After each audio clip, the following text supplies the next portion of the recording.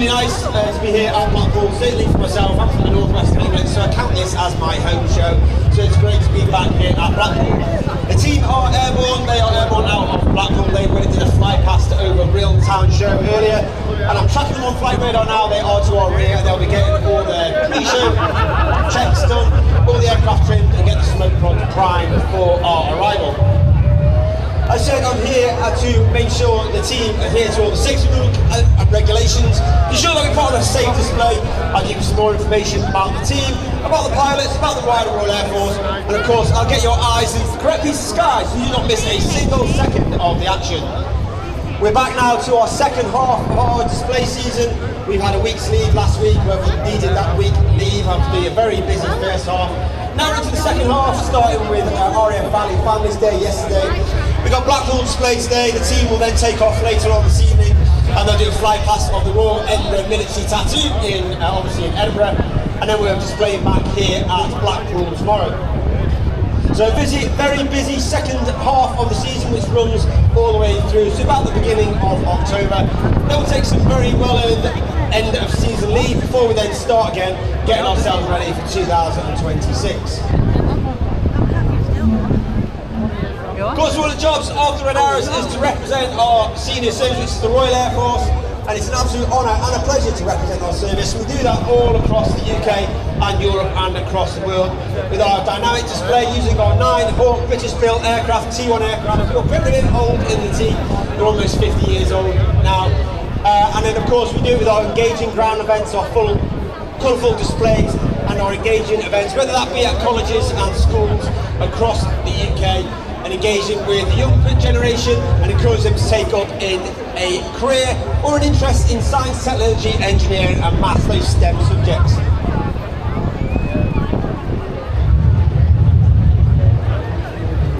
Might say something to upset everyone, everyone's facing away from me. I'm only joking. Of course, you're all looking towards the tower, that's where the team will be coming from. They're out at the rear, they're getting themselves ready, as I said, doing all the pre-show checks. When they arrive, they'll be in our famous V formation. It's the same formation you may have seen us flying over our nation's capital on the fly past when we fly over His Majesty King Charles III.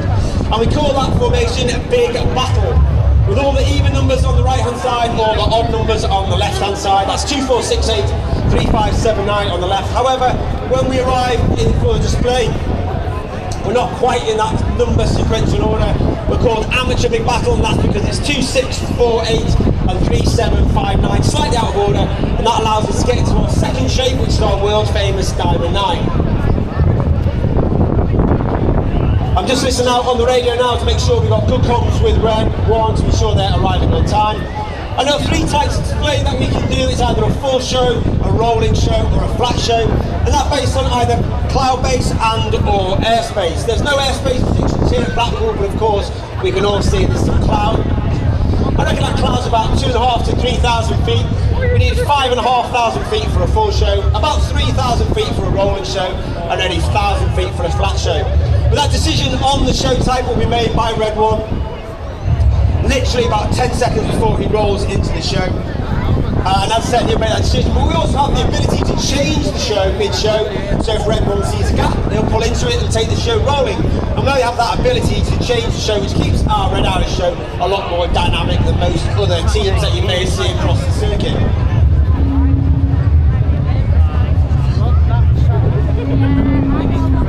When they arrive, make sure you give them a huge cheer, huge round of applause, and of course I'll transmit that welcome to the team, and I'll give them an extra kick to put on a fantastic display here for you at Blackpool.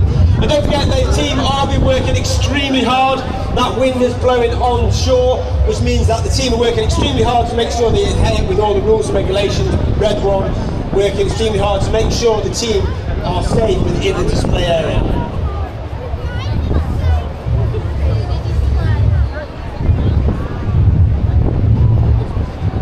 About 65 displays in total for the season, numerous amounts of fly past, so it's a very busy season. Next week we're down at Eastbourne for the entire week, and then we start spreading our wings into Europe. We've got displays in Belgium, Denmark, Romania, Poland, Australia and Czech Republic, and then finally finishing the season off down in Malta. So we are definitely global ambassadors for the Royal Air Force and the rest of the UK. But please put your hands together for the 2025 Royal Air Force Saturday team. It's the Red Arrow!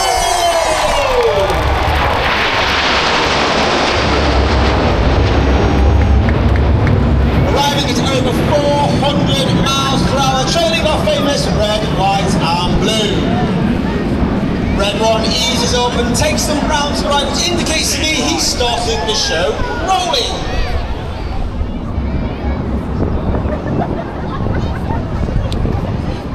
Red 1 gives the command. You'll see Reds 6 and 7 collapsing behind Red 1, followed by Reds 8 and 9 to form our world famous Diamond 9. The team is led by Red 1, his second year as the team leader, squad leader John Bond.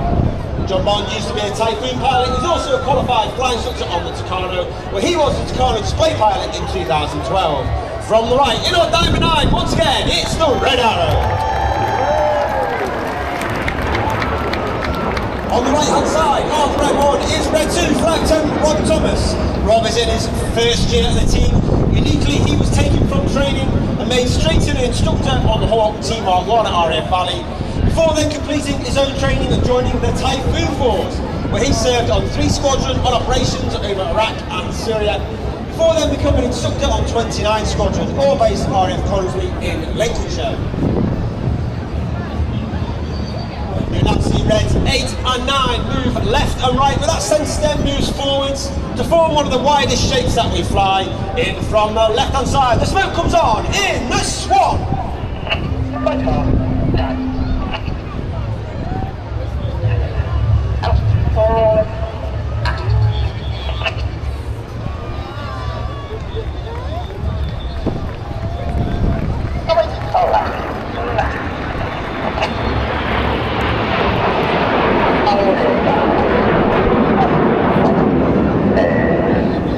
You can hear those commands from Red, they're almost robotic and monotone in his delivery, and that's because we fly our formation by ear rather than by eye. That means the pilots on the outside of the formation are putting their inputs in just a little bit earlier than those on the inside to ensure the whole formation moves as one. Reds 8 and 9 now collapse on the inside behind Reds 2 and 3 to form a shape of the most iconic aviation aircraft in history. This is Concorde.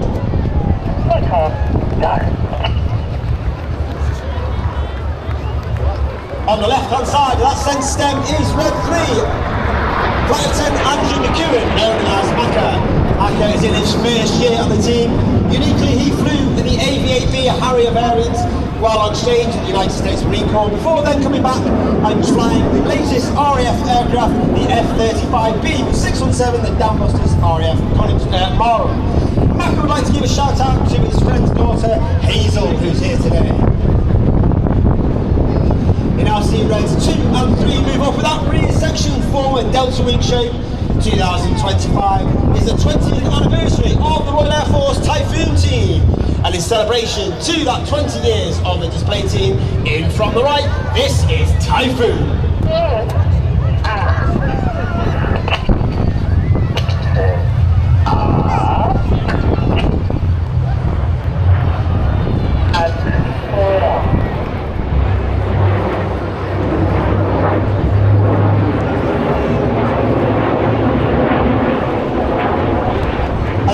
Formation, all on the right hand side is Red 4, squad leader Chris McCann, working extremely hard. He's had to look through the entire formation, look at Red 1, because all our formation references are taken from Red 1 and not necessarily the person who's on the inside.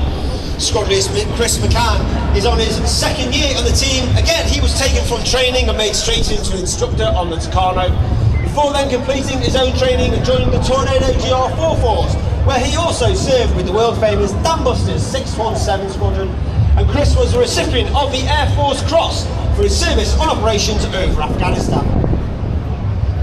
Of course, the Royal Air Force is famous for its operations in the air domain. However, these days we have a unique capability in both space and cyber. And with a nod to that capability, coming in from the front left, the smoke comes on, they bend round to our right, in Apollo.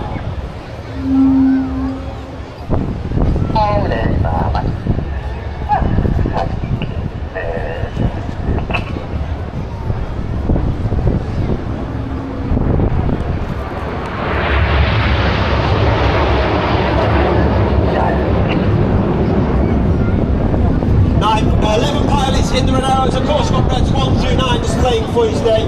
Myself, red 10, fourth and final year on the team. Former Tornado GR4 pilot, former qualified flying instructor on the home team Mark 2. And of course, we are commanded by Wing Commander Adam Collins, OC Rafa, former Tornado pilot, and he flew the F-111 while on exchange with the Royal Australian Air Force. Coming in from the left, red 6 and 7 in the rear. Get your cameras ready for the colourful Big Vixen.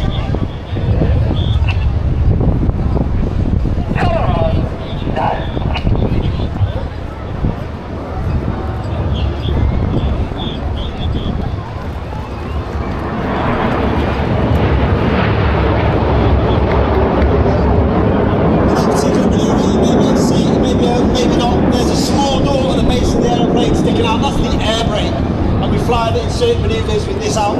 It has a twofold effect. The first effect is the pilots flying at a higher throttle setting, thereby producing the hotter engine gas temperature, and it makes the smoke colours burn a lot more brightly.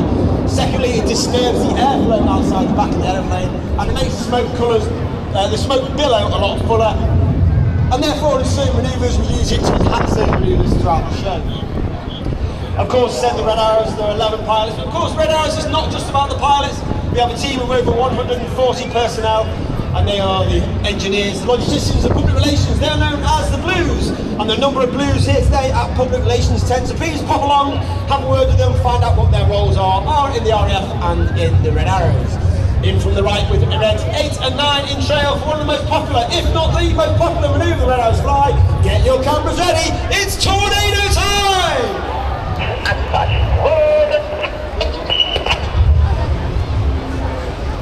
8 and 9, roll goes, reds 8 and 9, roll around the rest of the formation. But watch for the colour change as red 1 brings them down the line.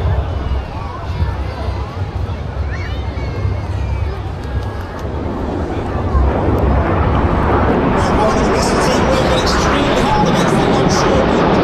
Reds 8 and 9, extremely hard against that roll, right rhythm, going behind the smoke of the rest of the team.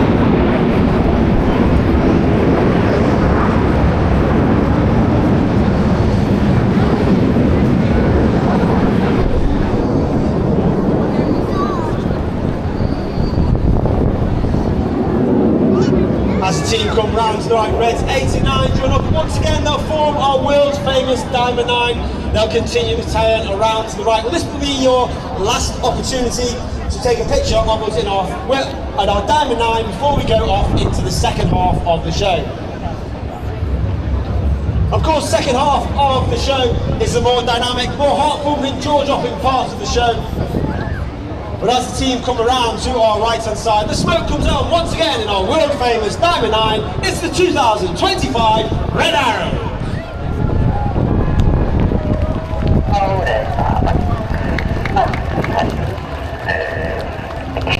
As we go into the second half, we start in the same way as we did last year because again it was so popular. This is the 5-4 split. And in the second half, we operate in two distinct sections. Off to the left-hand side, you've got reds 1 through 5, known as Enid, named after Enid Blyton's famous 5 from the children's books. Off to the right-hand side, 6, 7, 8 and 9, known as Hannah, named after squad leader Ray Hannah, one of the first members of the Red Arrows, the only team leader to lead the team for 4 years. He took the team from a 7 to a 9 and formed our world famous Diamond 9. Enid from the left, Hannah from the right for the 5-4 cross.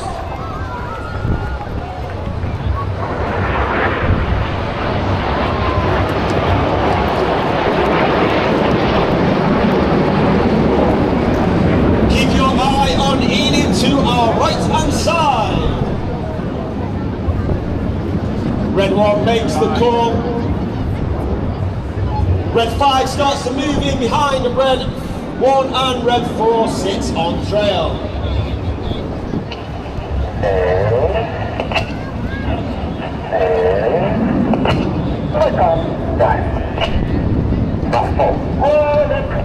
Number 4, roll goes. Number 4 rolls around the smoke in the twister.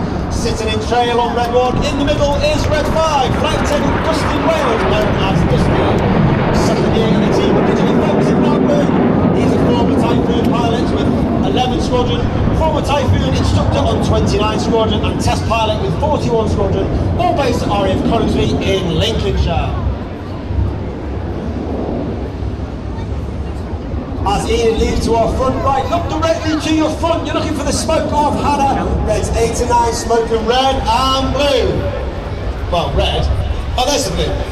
Get yourselves ready for the Hannah break.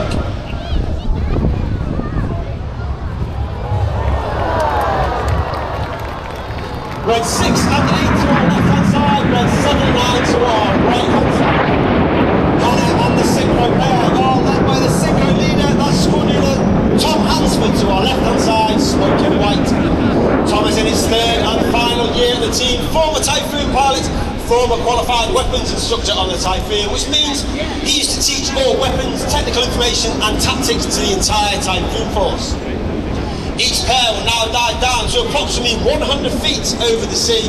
They have a closing speed of over 900 miles per hour as they perform the Hannah Pass.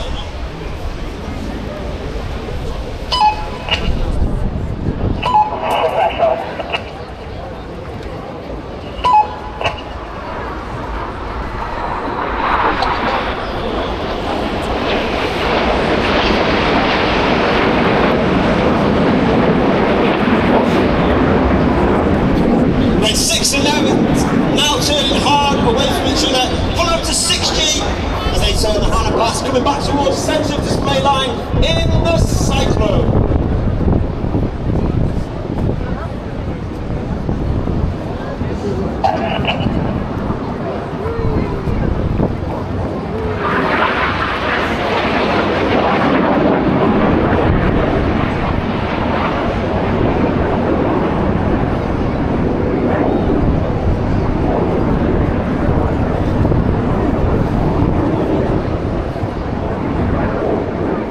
Keep looking to the right hand side, you're looking for the nose lights of Enid twinkling in the distance. Get down is the call from red 1 as Enid formed the inverted V from the right. Coming in from the left at over 500 miles per hour is red 9 as he performs the goose.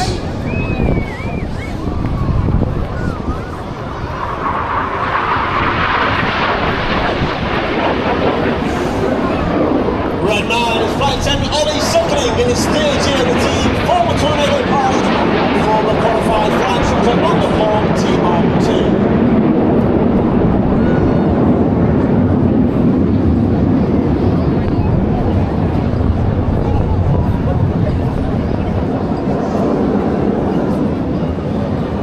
Look directly to your front. Again, you're looking for the synchro pair. Red 6 pulling up with red 7 in tango. Get your cameras ready. This is one you do not want to miss. The smoke comes on for the world famous Synchro Heart.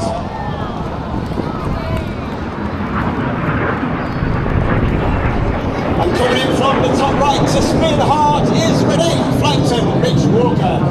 Rich is in his third and final year of the team. He's flown Harrier, he's flown Typhoon and been a qualified flight instructor on the Hawk Team Mark 2. David and ours, and one of our own engineers would like to wish a very 12th happy anniversary to Dan and Leah. And also Dan would like to dedicate today's heart to his beautiful wife, Leah Wilson. Let's give the synchro player and Renee a massive round of applause for a wonderful heart in the skies of Blackpool. Keep your eye on the synchro player. Once again they'll turn hard back towards display line. 100 feet, closing speed, 900 miles per hour. They'll be passing in the middle with a wingtip to wingtip, only 30 metres, that's 100 feet. Each aircraft will form a barrel roll, followed by a cross, a second barrel roll, in a manoeuvre simply called the double roll.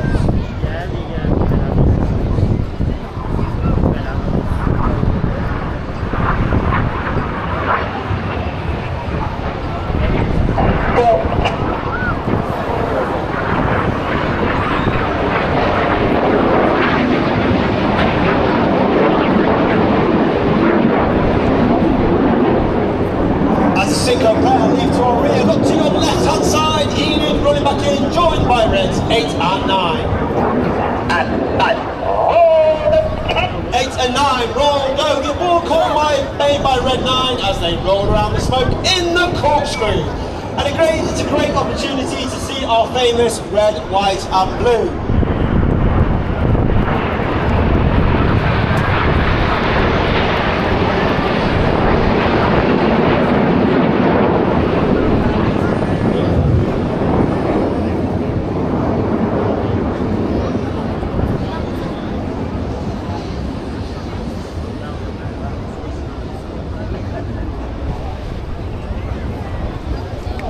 looking to your left, keep looking to your right. You're looking for the synchro pair once again. This time red 7 coming in from the left, red 6 in from the right. Coming in from the left is red 7, Flight Lieutenant George Hobday. Second year on the team, former Typhoon pilot, former qualified flight instructor on the Tucano. Each aircraft performing a barrel roll, passing in the middle. To start the manoeuvre called the circus. Each aircraft now pulling hard away from each other, pulling up to 6G. That means everything about them is weighing 6 times heavier than what you and I are as we stand up from now on. Red 7 making sure he misses red 6. They change the blue to the red to the blue. They're pulling up that 6G to complete the manoeuvre called the circus.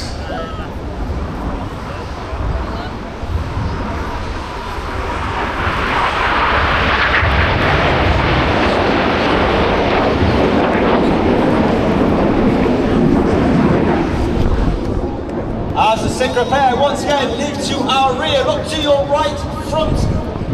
Just beyond the central pier, you're looking for Enid running back in, the white smoke in trail. The red, the white and the blue come on as red 1 forms a barrel roll in the sky, leaving a snake-like smoke trail in the sky in the serpent.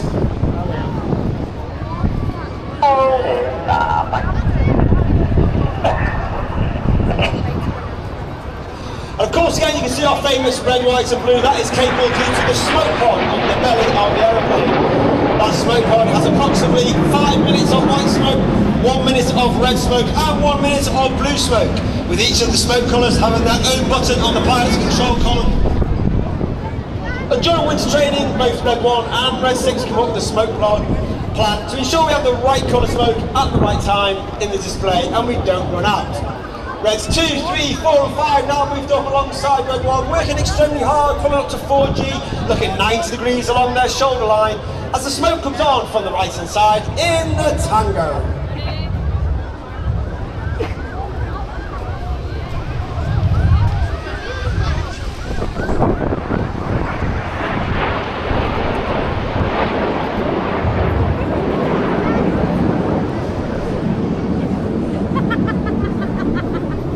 As Enid leaves to the front left, look to your left, look to your right. You're looking for red 6 and 9 on the left, red 7 and 8 from the right. In the first of our new moves for 2025, this is Chainsaw, with red 6 and 9 now rolling inverted.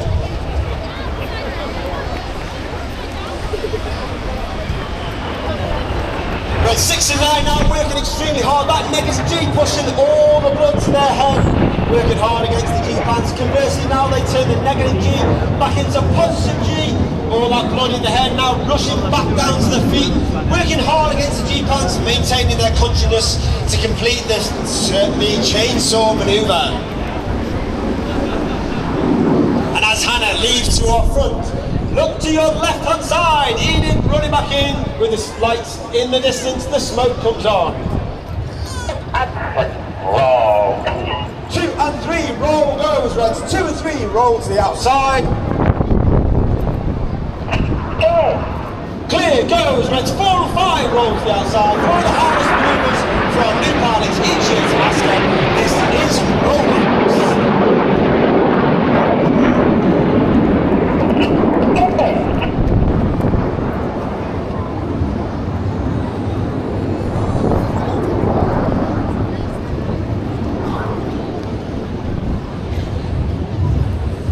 As Enid leaves to the right, look to your front, and again you're looking for Hannah, looking for the smoke trait to come on from red 6, 8 and 9. The red and the blue from 8 and 9 roll around the smoke from red 6. If you're at show centre, you can count the aeroplanes with me. You can see 6, 8 and 9. Behind the smoke is red 7 in the Tempest. Once again, red 6 to the left, red 7 off to the right. Each aircraft pull up to approximately 1,000 to 1,500 feet. They'll turn hard back towards the display line, down to that 100 feet. That close speed of over 900 miles per hour. Each aircraft will perform a barrel roll, followed by inverted flight to leave the display area in a manoeuvre simply called the crossbow.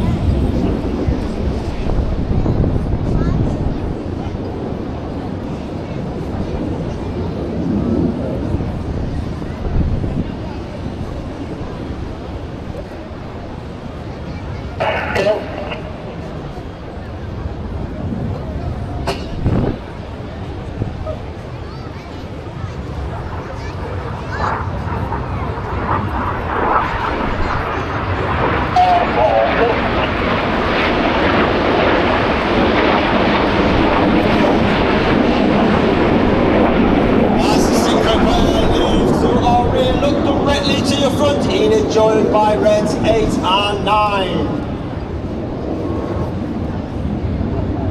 The smoke comes on. Ladies and gentlemen, boys and girls, it's been an honour, it's been a pleasure. Please put your hands together for the 2025 Royal Air Force Helicopter team. It's the Royal!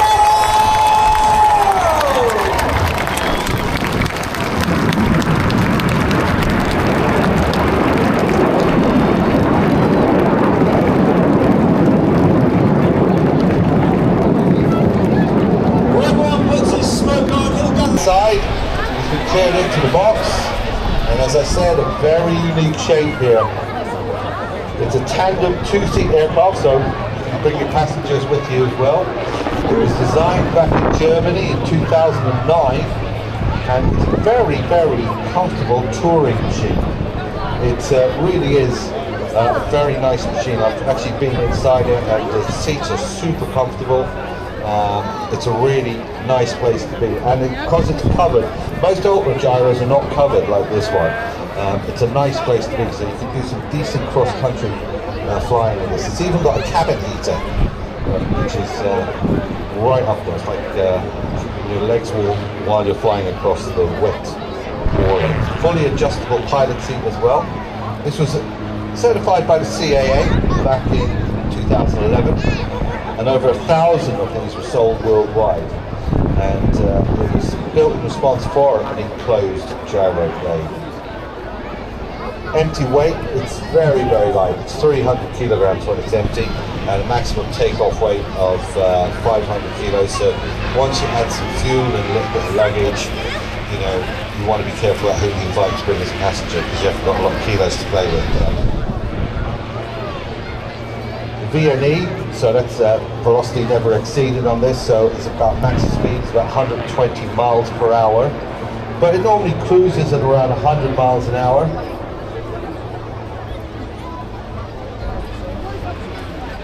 Rate of climb is pretty decent, it's 1,200 feet per minute, and it can take off in a car park, and it can take off the back of the truck, about 10 meters rolling, and that actually depends on the weather. If you had a windy day like today, you could practically take off with about 5 meters if you're pointing into the wind. Take off, depending on the weather and the temperature, between 10 and 70 meters normally. And the landing distance, as I said, it can pretty much land like a helicopter. It can come straight down. It has all the characteristics of a helicopter with that free-flowing rotor blade on top. This one's got a fuel capacity about 75 litres, but I was talking to the pilot, he said you can sort of strap on extra tanks to it as well if you want to. But that standard 75 litres gives you 4 hours endurance. So if you're doing 4 hours, you're cruising at 100 miles an hour, that's 400 miles, you know, I could go from here down to Bristol and back. Because it sure would beat the M5 and the M6 that it did yesterday. Next time, I think I'll take the auto gyro.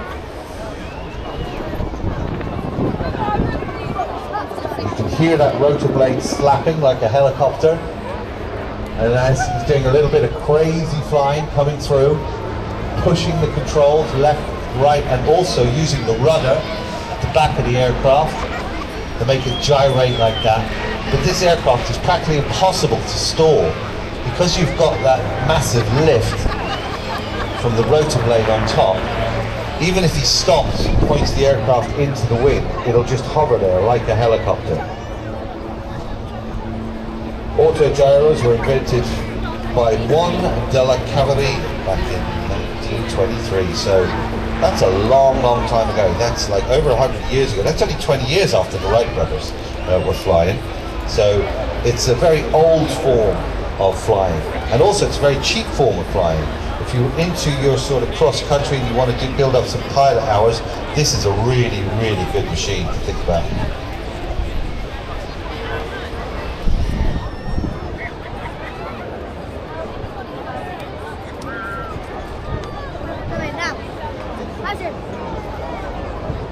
So I've just been informed that this is only 19 years. This aircraft first flew, 14 years, sorry, after this was the Blackpool Airshow. What was date was that Blackpool Airshow?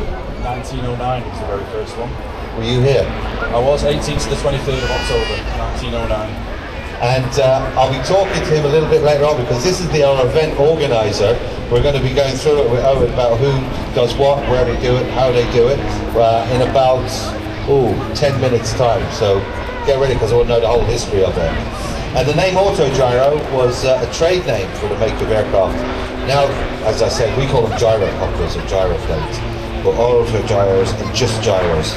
So they were the first rotary wing aircraft to fly successfully under safe control. So way before Sikorsky invented the helicopter, this rotor blade was flying around the skies. Now you see what I mean when he's getting the wind behind him, he's really speeding up. Then when he turns into the wind, it sort of slows right back down again. It's a Rotax engine, so it's not really the most powerful engine out there, that's for sure. So the propeller is pushing the aircraft forward, and the rotor, it's inclined slightly back, so the air flows up and through that rotor disc at the top. So if you stop that engine, it's not a problem because the aircraft will just slowly descend because all the energy is still stored in the rotor blades. The rotor blades are going to just freewheel and you're just going to slowly drop down. Now, we were saying today, in light, windy conditions, it can actually slide in 30 knot winds. And today it was gusting about 30, so this can go up to 40 knots of wind, which is pretty impressive for such a small aircraft. And also the thing I like about it, it's quiet. It's very, very quiet. Of course, if you're an old Bond fan, you'll recognise this. The Autogyro was used, I think it was Sean Connery in it. Little Nelly, the famous Autogyro from Little Nelly.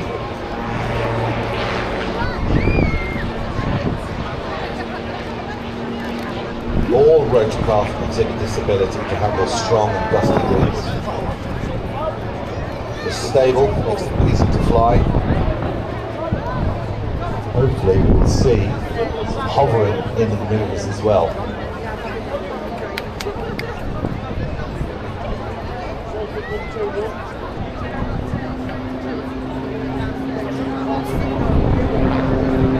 As I said, it's powered by the Rotax engine. And look at that, when the wind gets behind it, it really flies. So the Rotax engine, as he's doing it, climbing, just that rotor blade at the top is pulling him up. Not the Rotax engine, just all the energy stored in that rotor blade. The Rotax engine is only about 115 horsepower, so, you know, a lot less than a modern car. And there you go, into the hover. And that's just the wind. He's pointed the nose into the wind.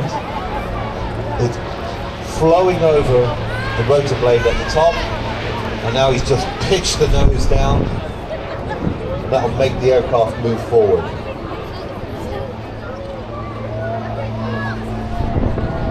But then when you see when he turns into the wind, and he gets the wind behind it, now, then he's going to speed right up. But no, twisting it, boot full of rudder, big control surfaces on the back for such a small aircraft. It's got a very large rudder on its control surface, so he's just using his feet to move it left to right.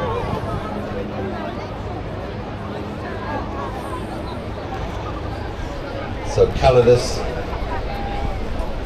coming in, I think, for his last pass.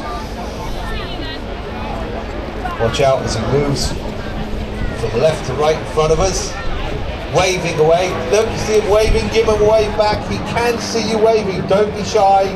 Give him a wave. He can definitely see you waving. Lovely display. Thank you very much, Peter at the controls. Now, as I said, we were originally going to be having a Battle of Britain Memorial flight coming through now with the Spitfire and Hurricane, but because of the winds, we had to hold off on that. It cost an absolute fortune to run Harvards. It burned about 40 to 50 gallons an hour. So that's an expensive aircraft to run. And you can see him coming in over the pier. Let's just listen to the sound of this aircraft.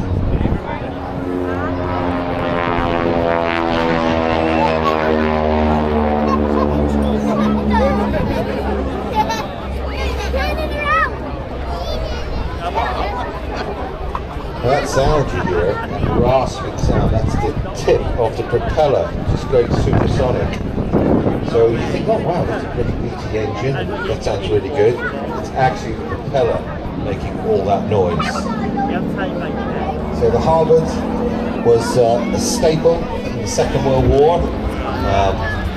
Nearly all Allied single-seat fighter pilots would have trained on a Harvard at some time.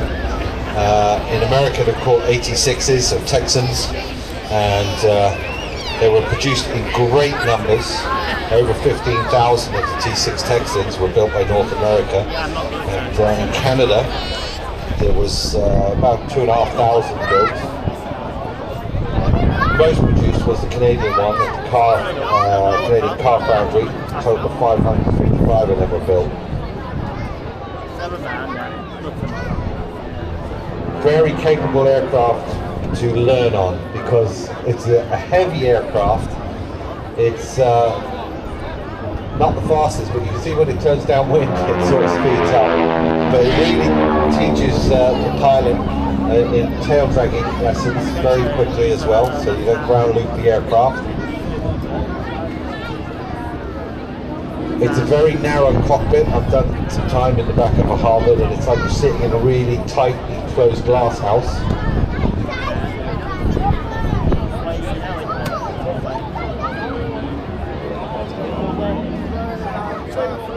Now watch as he trades off that height for speed as he comes out of that manoeuvre. Big control surfaces as well. Once you trim it out, get it running in the right direction, it's an absolute joy to fly.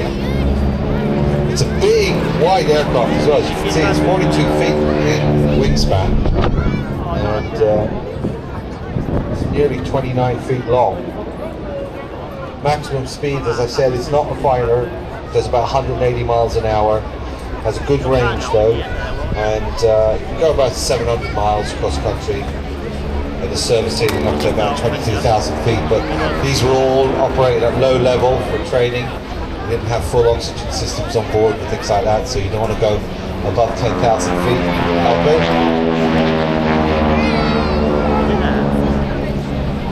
And a slow roll. Good to see the nose, the aircraft pitching up as it goes into that. That's what you want to see.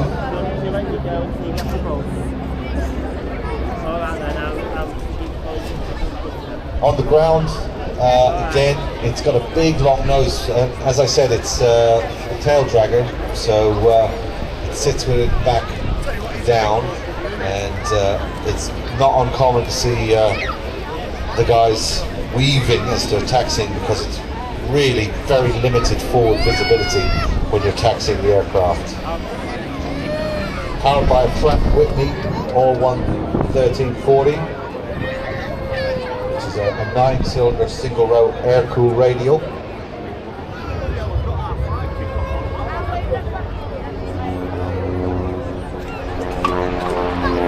So compared to a car, it's a big engine. It's a 22-litre engine. So when you're driving out of your 2-litre car later on, think about that, the size of that. But even with the 22-litre engine, it's only producing 600 horsepower. So that was the lesson that the pilots would learn when they're doing the training on that. Huge amounts of these aircraft were used for training, as I said, in America, but also in Canada. And the Royal Air Force would send a lot of the pilots over to Canada where they trained on Stearmans and Harvards before they'd come back and hop into a Spitfire or Hurricane.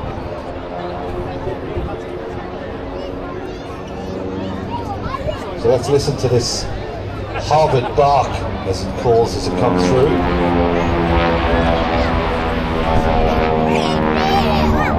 That's a Hamilton standard constant speed 2-blade metal prop. Later on the version switched out to 3 blades, but this is pretty much the standard fit, a 2-bladed prop.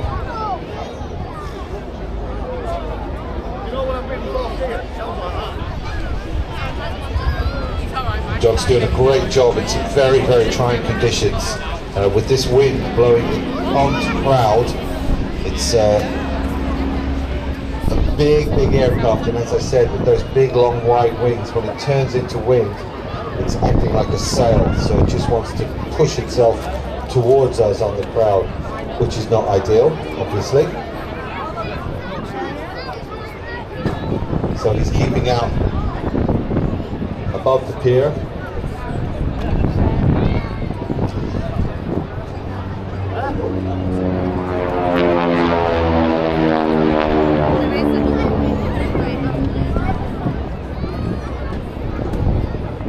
Harvards were also very popular with the Navy in America. They used to paint them yellow and do a lot of flight training as well, and with the Army Air Corps. And they still serve a very, very vital purpose today. You'll see Spitfires and Mustangs and all the really good stuff at the air shows, but I guarantee you all of the pilots that you see today that are doing any sort of flying in any performance aircraft will have done probably 50 hours plus at least on this aircraft, because this aircraft still does what it was designed to do over 60 years ago. It still trains pilots to move on to the Warbird. So we're very grateful for John Hurl. This aircraft as well is a genuine 1942 Harvard. Very, very unmolested. It's very original inside, and it's a really, really nice example of the Harvard. It's based here in Blackpool as well, at the High G Jets Hangar 4. So ask one day, and who knows, you might be able to go out and see it. So beautiful display from John Hurley and his Harvard. He's heading back to his home base at Blackpool. You should be very proud to have him in your backyard. And we will see John and the Harvard back here tomorrow as he heads back out. Great. Being led by the Yak 18 and 2 Yak 52s either side. On the right is piloted by Alex Lawton. White, yellow and black nose. And JB based at Duxford. Number 3 slot, that's Tom Turner, the silver and grey Yak 52. And again, based at Duxford. So they came through in a tree ship, but that's going to change because very shortly we'll have the 18 come back in and they'll break up and do sort of singleton displays.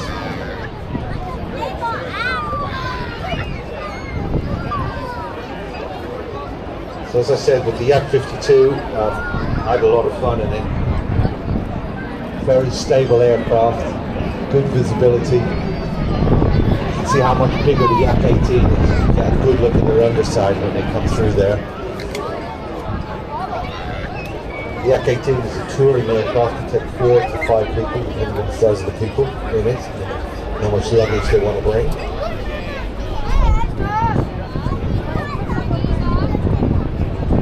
And that's the cream one right out up front. Keep an eye on the cream aircraft, Yak 18. He's going to break out into his solo aerobatic routine very shortly.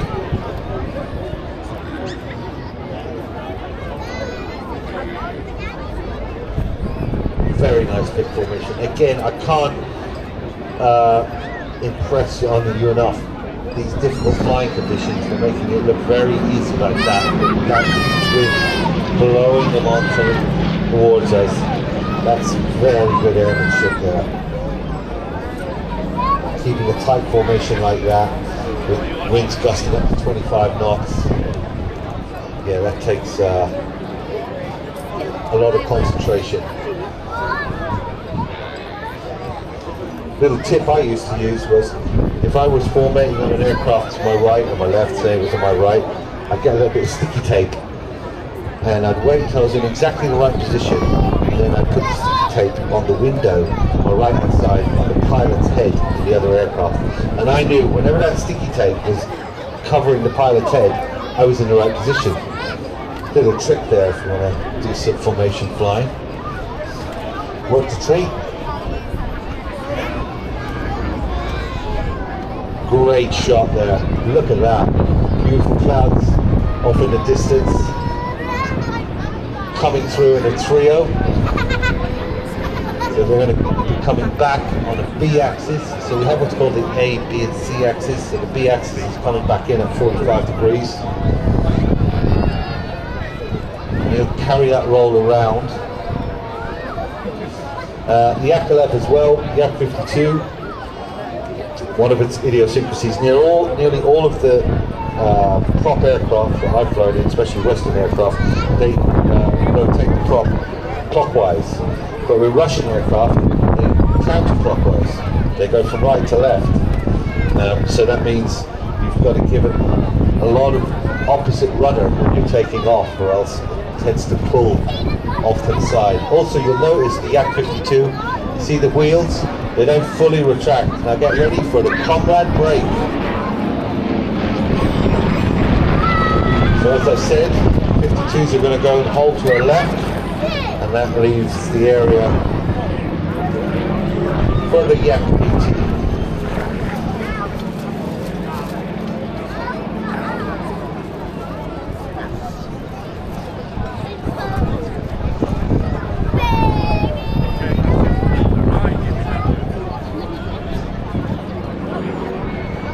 The Yak-18, as I said,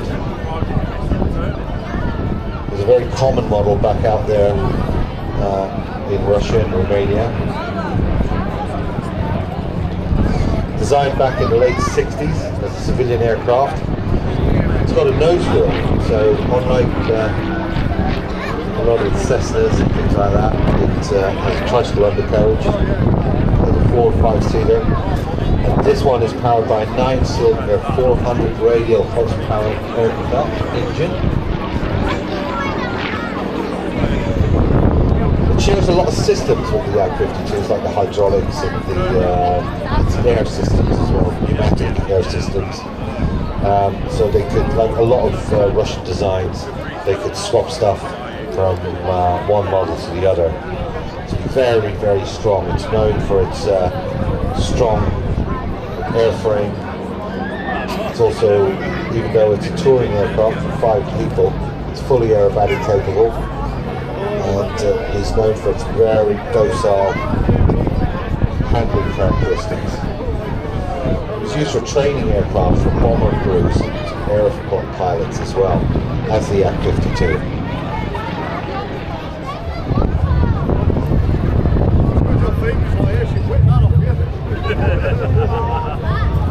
Wow, it's windy.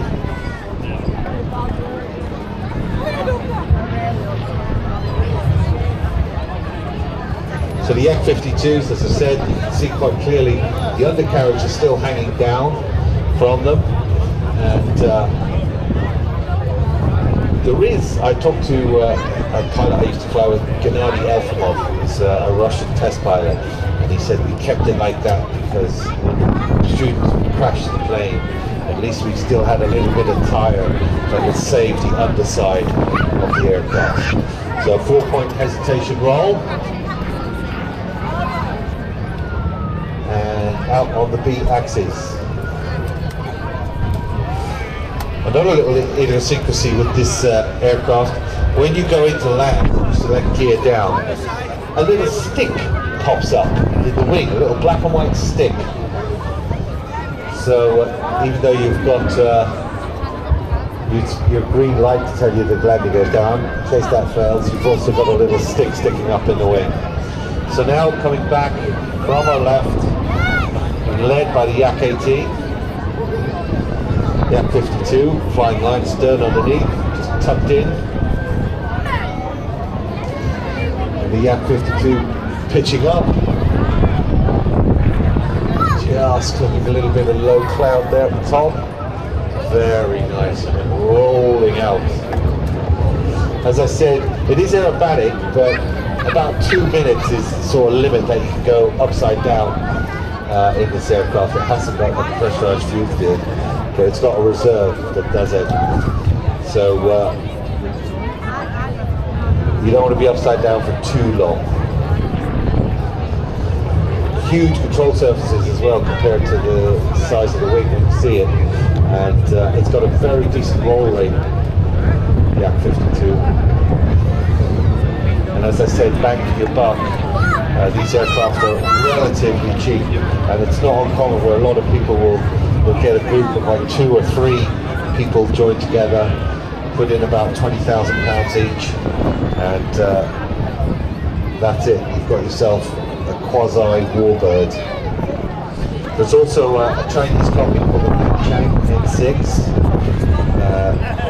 I know you find it hard to believe that China would copy something, but they did. They got these Yak 52s, which they used in their studios and also around in the Air Force, and then they sort of elongated a copy and made them called a Nanchang.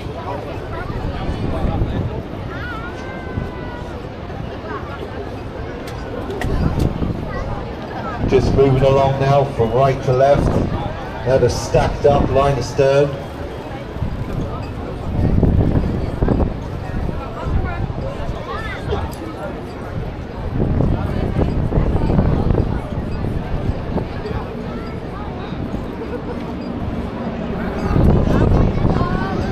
Beautiful pictures, and that's some good flying in these, as I said, windy conditions. The 52, as I said, aerobatic trainer for students in docile. From here they'd step on to the MiG-21 to 29. They were produced between 78 and 98, and they're still being produced today. And also, if you see on YouTube, there was a guy in a Yak 52 flying around shooting down drones. He had his friend in the back with a machine gun, and he was using one of these Yak 52s to go up and shoot down the Shihad drones. That were the hundreds of them coming in. But it makes sense really when you think about it.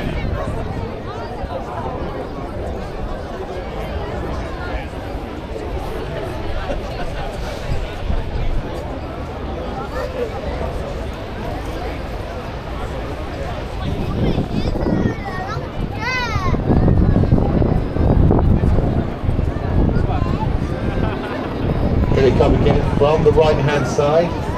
Closest to is the Yak 18.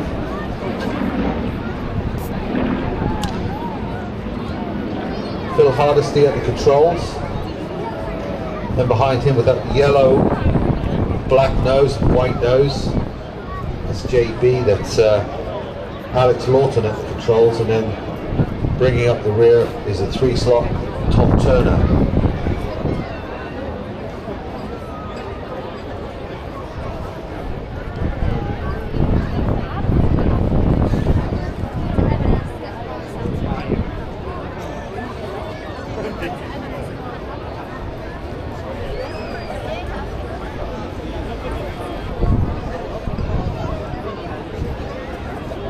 Now back into Vic formation. Smoke back on. And the lights as well on the Yak 18. And watch as the whole team start reversing back to the other side, so we get a good view of the top side. Smoke is produced by injecting the smoke dye into the exhaust system of the aircraft.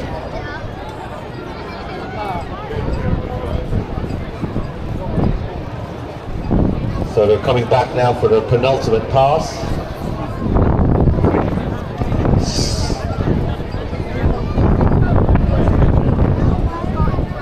So very interesting in getting a weather report as well from the pilots. He said up at 500 feet the wind is gusting up to 28 knots.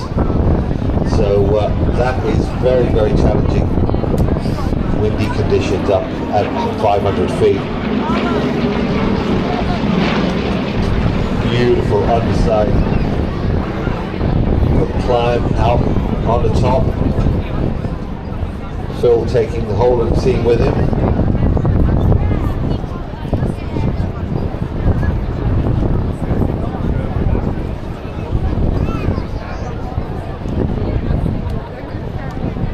So if you're interested in Yak 52s in particular, as I said, they're still produced in Romania. They're really popular in America. A lot of Americans have them, and they can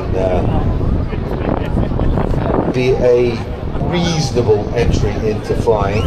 Like I said, if you can get a group of people together and you're interested in warbird flying, I would highly recommend some time in the Yak 52. I had a great time. So coming in for the last time, ladies and gentlemen, get your cameras ready. It's the Flying Comrades at Blackpool 2025.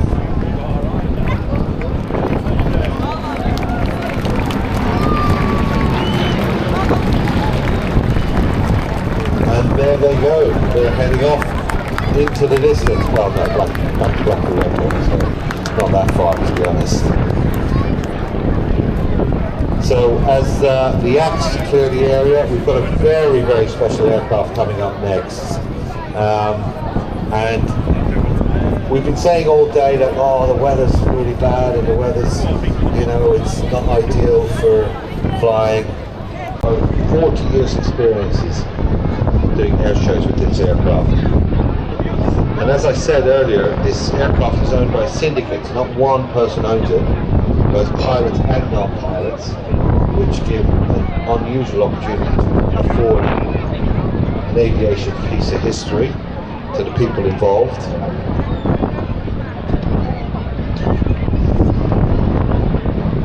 And as you can see, it looks totally at home heading out over the water. If you want to know more about the aircraft or even think about joining the society, there's a website, www.catalina.org.uk. Now this aircraft celebrated her 80th birthday back in 2023. She was built by Canadian Vickers in Quebec, the Royal Canadian Air Force, in 1943, so she is a real, genuine warbird. During World War II, the aircraft hunted enemy submarines. They patrolled day and night along the coast of Western Canada. Post-war, it was used for Arctic survey work, briefly as a freighter. Then in 1961, it started a career as a search and rescue flight until it was finally sold. She was transferred onto the Canadian Civil Register then and was converted to begin a long career as a water bomber. She was also fighting forest fires all over Canada and some seasonal work down in the south of France and Chile. And in 1990 the aircraft was purchased for an African safari flight project. What a great idea! And passenger seats, a one-piece rear hull blister. Excellent for viewing, so you just fly along in the Catalina looking at all the herds. Some people have got all the money in there. And a rear air stair was installed as well. Look at that, floats down. I know the weather's really bad, but it sort of suits the Catalina, doesn't it? It just sort of looks, it's like when it's bright sunshine, the Spitfires come on, oh that's nice, but when it's like really dank and dark, the Catalina, you can just see it out over the Atlantic hunting submarines and those nasty, nasty showers. Unfortunately, after that safari idea, it was abandoned in a car park, and it was here that Plain Sailing located the airframe. They decided it was a most suitable candidate for a restoration. There was 2 years work to certify the cap before embarking on a month-long transit flight back to Duxford, going all the way down the western coast of the USA, along the southern states, and back up the eastern seaboard into Canada. And the lengthy route allowed them to be sure the aircraft was working. Yeah, because you want to know this aircraft's working before you go out over the Atlantic, that's for sure. You can see the floats are down on the wing. Now if it was patrolling, it would obviously have them up, You drop them down for when you're coming into land. Ferry flight across from St John's to Shannon Airport in Ireland lasted nearly 13 hours.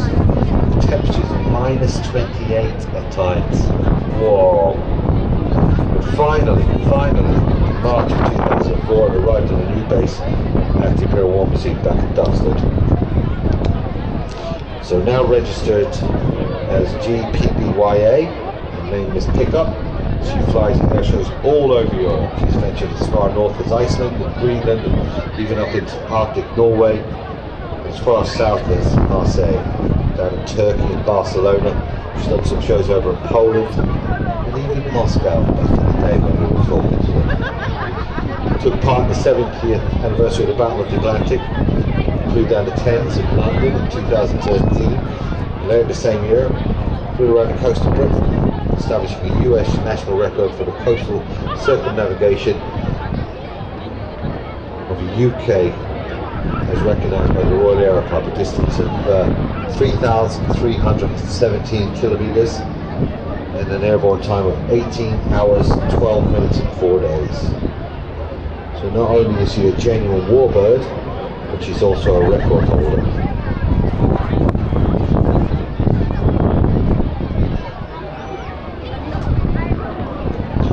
If you'd like to support Miss Pickup and preserve the memory of this aircraft and the legacy of the many, many brave air crews who flew in her, and indeed to help keep her in prime flying conditions, either join the Catalina Society, and I do think they have some operations down here on the ground as well, where you can purchase some unique souvenirs, but also you can join the website. Just go on to catalina.org.uk. I'll speak to one of the crew members that'll be along here later. There's actually details of shared ownership on that website as well, so you could buy a piece of this aircraft that we see now. So for the last time, coming in from our right hand side, Miss Pickup.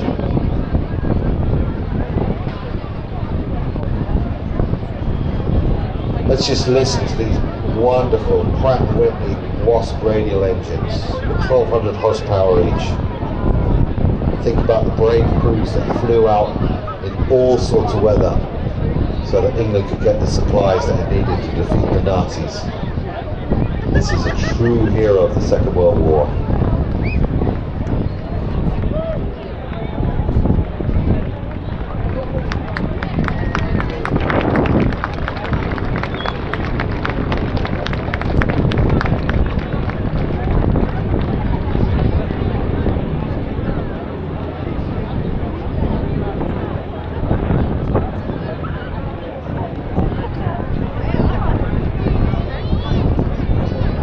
So as Miss Pickup heads back to Blackpool Airport, where she'll be staying overnight and coming back tomorrow, that means we're going to be moving on to our next act, and it's Richard Goodwin in his Muscle Pits. Now Richard is a very, very accomplished pilot. Normally this aircraft would have 2 jet engines on the side, turbine jets actually, not jets, and normal 40 years experiences doing air shows with this aircraft. And as I said earlier, this aircraft is owned by syndicates, not one person owns it, both pilots and non-pilots, which give an unusual opportunity to afford an aviation piece of history to the people involved.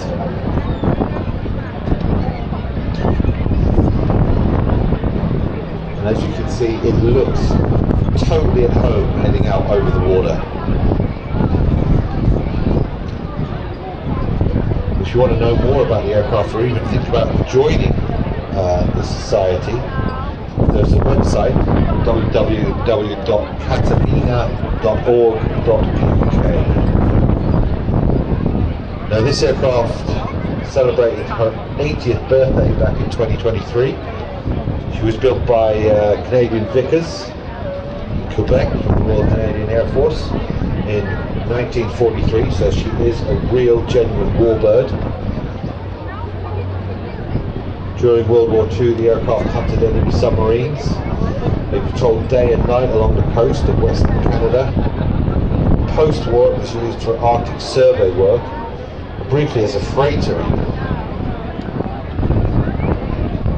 Then in 1961, it started a career as a search and rescue flight until it was finally sold.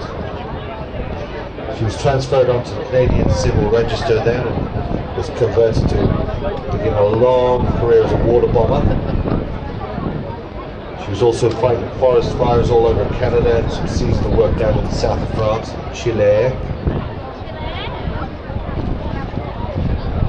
In 1990, the aircraft was purchased for an African safari flight project. What a great idea!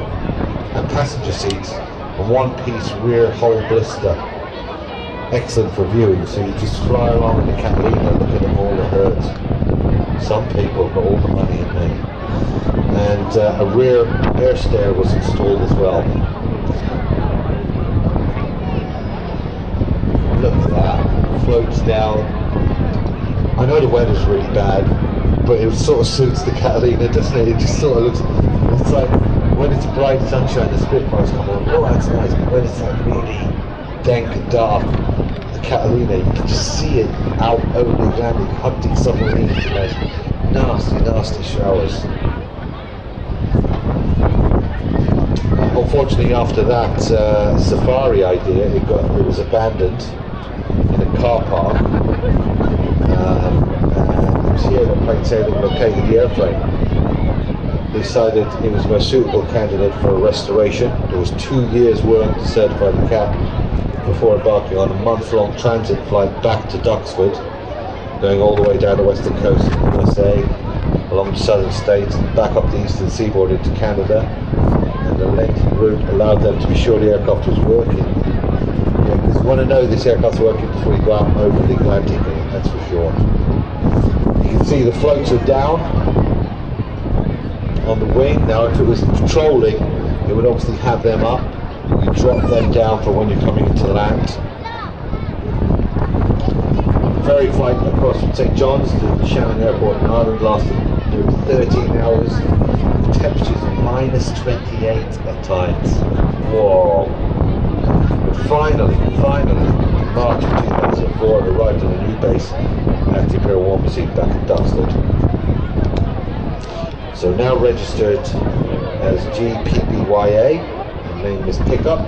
She flies at air shows all over Europe. She's ventured as far north as Iceland and Greenland, and even up into Arctic Norway, as far south as Marseille, down in Turkey and Barcelona.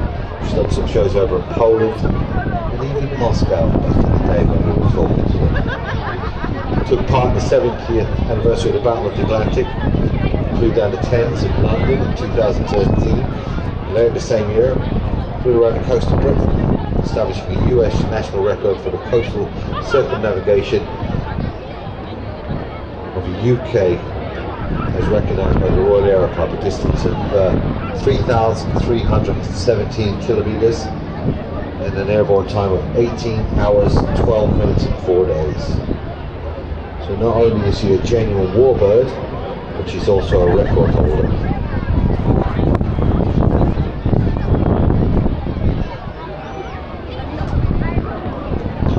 If you'd like to support Miss Pickup and preserve the memory of this aircraft and the legacy of the many, many brave air crews who flew in her, and indeed to help keep her in prime flying conditions, either join the Catalina Society, and I do think they have some operations down here on the ground as well, where you can purchase some unique souvenirs, but also you can join the website. Just go on to catalina.org.uk. I'll speak to one of the crew members that'll be along here later. There's actually details of shared ownership on that website as well, so you could buy a piece of this aircraft that we see now. So for the last time, coming in from a right hand side, Miss Pickup.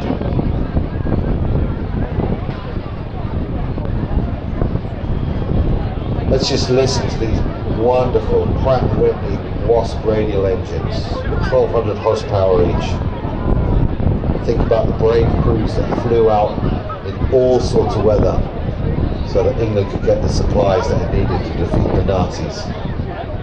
This is a true hero of the Second World War.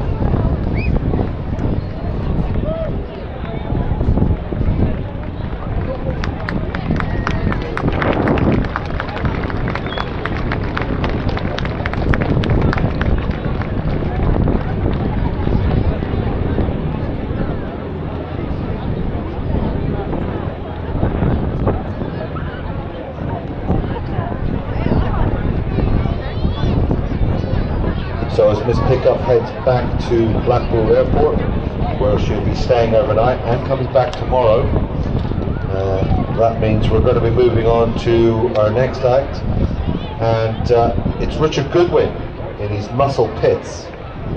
Now Richard is a very, very accomplished pilot. Normally this aircraft would have 2 jet engines on the side, turbine jets actually, not jets, and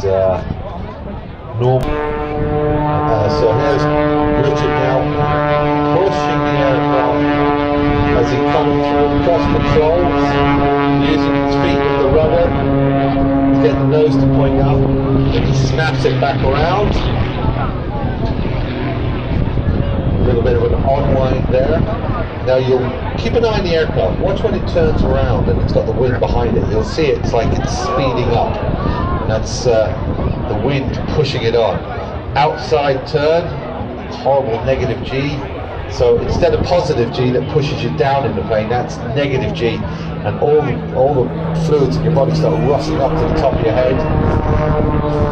4-point hesitation roll out of that. Then back out on the B axis. Now watch as he pitches the aircraft up, reverse, rolling, snap rolling all the way up to the top, keeping it inverted upside down. This is when you find that pen that you dropped earlier.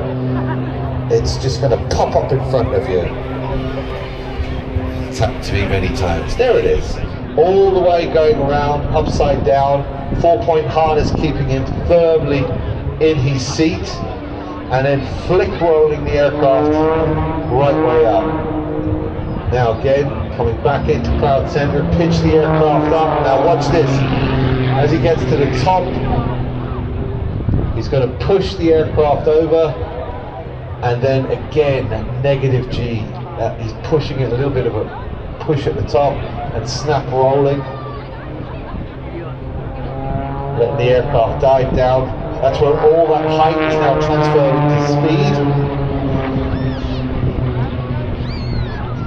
Pitching up on the top, continuing into the loop, and at the top of the loop, roll the aircraft back into inverted, 2 aileron rolls, and again outside, completing the loop right way up.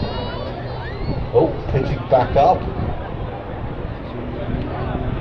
Now he's got a lot of speed. Watch this. Snap roll, snap roll. Coming down. Speed building up. The aircraft can roll about 400 degrees a second. So that's more than 1 full rotation in a second. So just get inside a tumble dryer when you get home. I'll give you no idea what that feels like. Again, more snap rolls at the top. 3 of them. Complete 360s.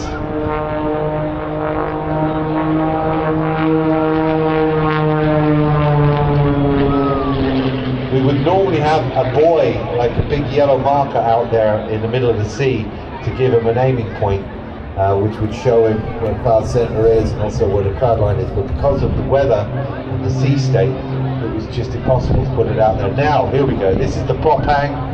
And then a wing over, tumbling back down in his own space.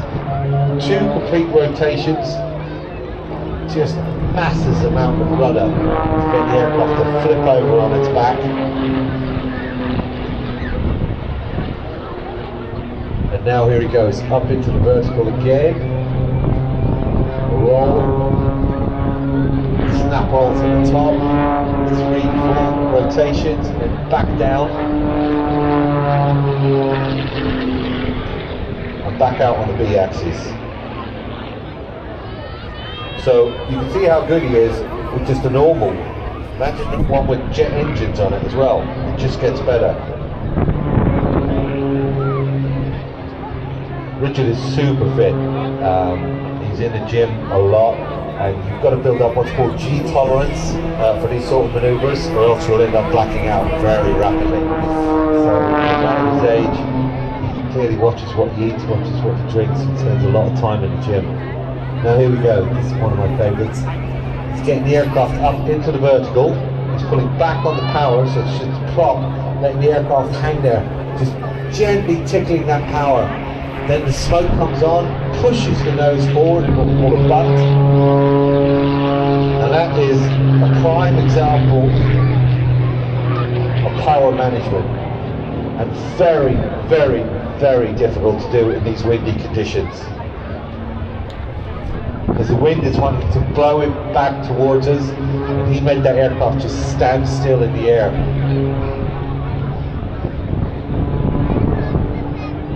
Here he comes back down.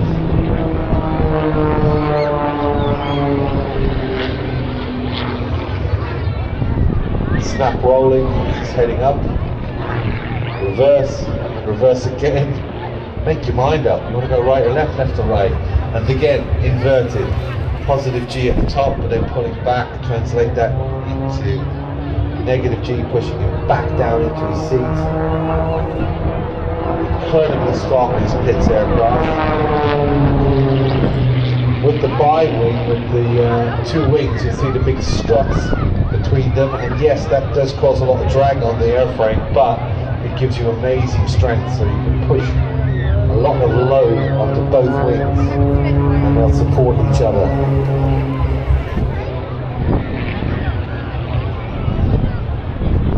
Lycoming 560 engine. Lycoming is probably the go-to engine in sports aerobatic, American manufacturers. They're like a boxer engine in a Porsche, so the pistons are pushing out left and right. It's not up and down, so that means you can get a lot less torque from the engines. And as he comes through, inverted, and then pulling back, negative G again. It's horrible. You start to get dizzy real quick. And then pushing the aircraft back down. Now he's building the speed up.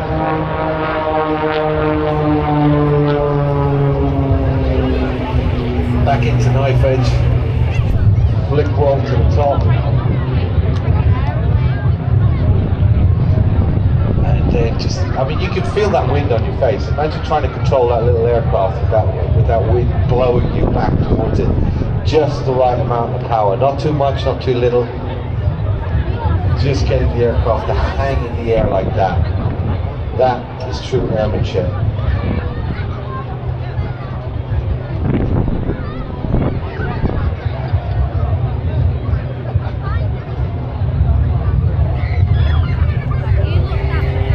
So here he goes, he's going to translate 1, 2, 3 rolls in his descent.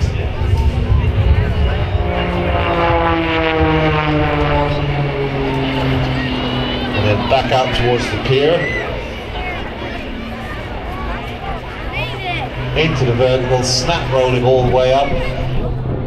Boom for the rudder at the top, and now watch as he pulls back on the power. Just hanging there, and that's the torque from the propeller making the aircraft spin.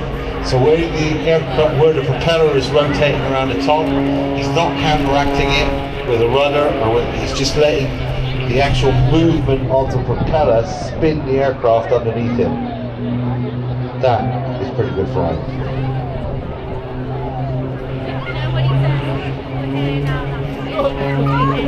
Now straight into knife edge at the top, again using so much rudder to get the aircraft to snap its nose around like that.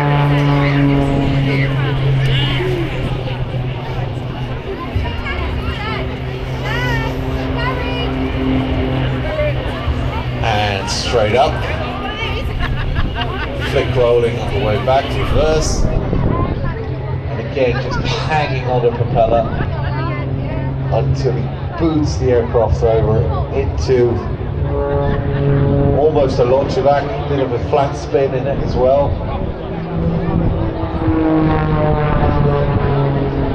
And back out on the B axis.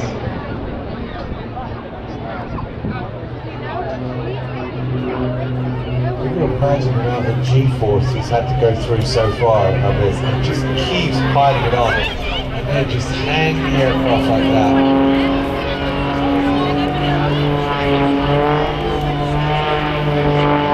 And you see how quickly it transitions at the top when it gets into the wind. The wind is grabbing it at the top with those maneuvers and pushing it down. You can see that. So that's why he normally flicks it on its back, but the wind is pushing back on the vertical stabilizer and the rudder at the back. Inverted.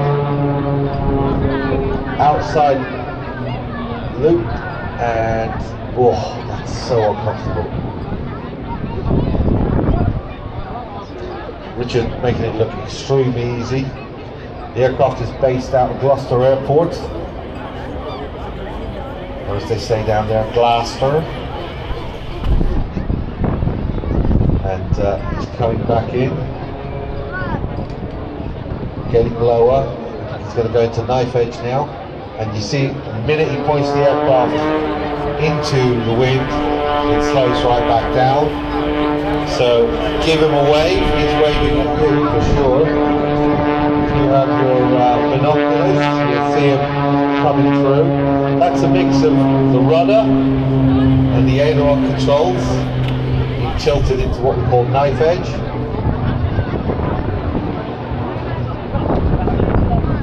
And then departing off to our left hand side. Pitching the aircraft up.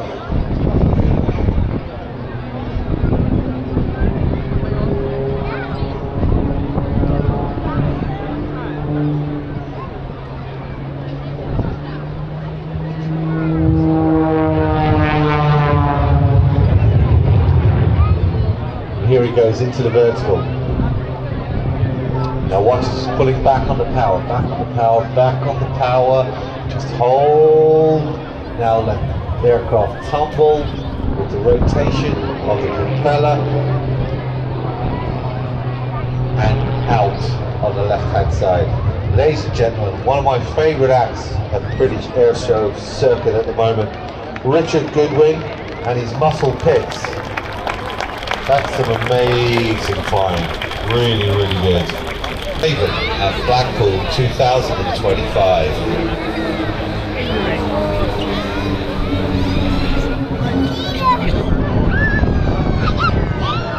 Now watch as the aircraft pitch up.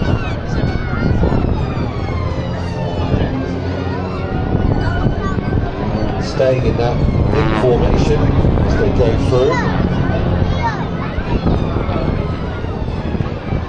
See, they've got landing gear now. Well, that's because it's fixed landing gear, and like a lot of parts of this aircraft, it makes it a lot cheaper to operate. This aircraft was built with budget in mind, and that it does in spades compared to the cost of normal aircraft, but they're a delight to fly. And they're also tail draggers, so it's very good if you want to do some tail dragging time to try these.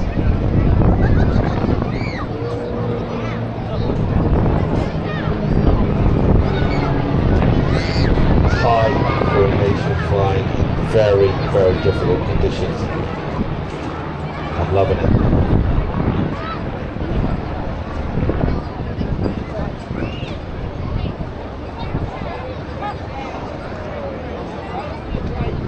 So here we go, 1 and 2 break away, the other 4 aircraft moving off to the right. So as we saw earlier with the red arrows, we have a section that will come back together as a 2-ship. That's these aircraft now in front of us, doing a synchro loop and reversing it back out on the 45. Raven 1 is Simon Fitzgerald, former fast jet pilot of the Royal Air Force. 5,500 hours on Tornadoes. He also was a QFI on the Hawk and Rob Tudor. He's also a part-time reservist QFI at the University of Irvine in Scotland. He's leading that 4-ship in. Slow roll right into crowd centre. Watch as they come back out the other side of that barrel roll.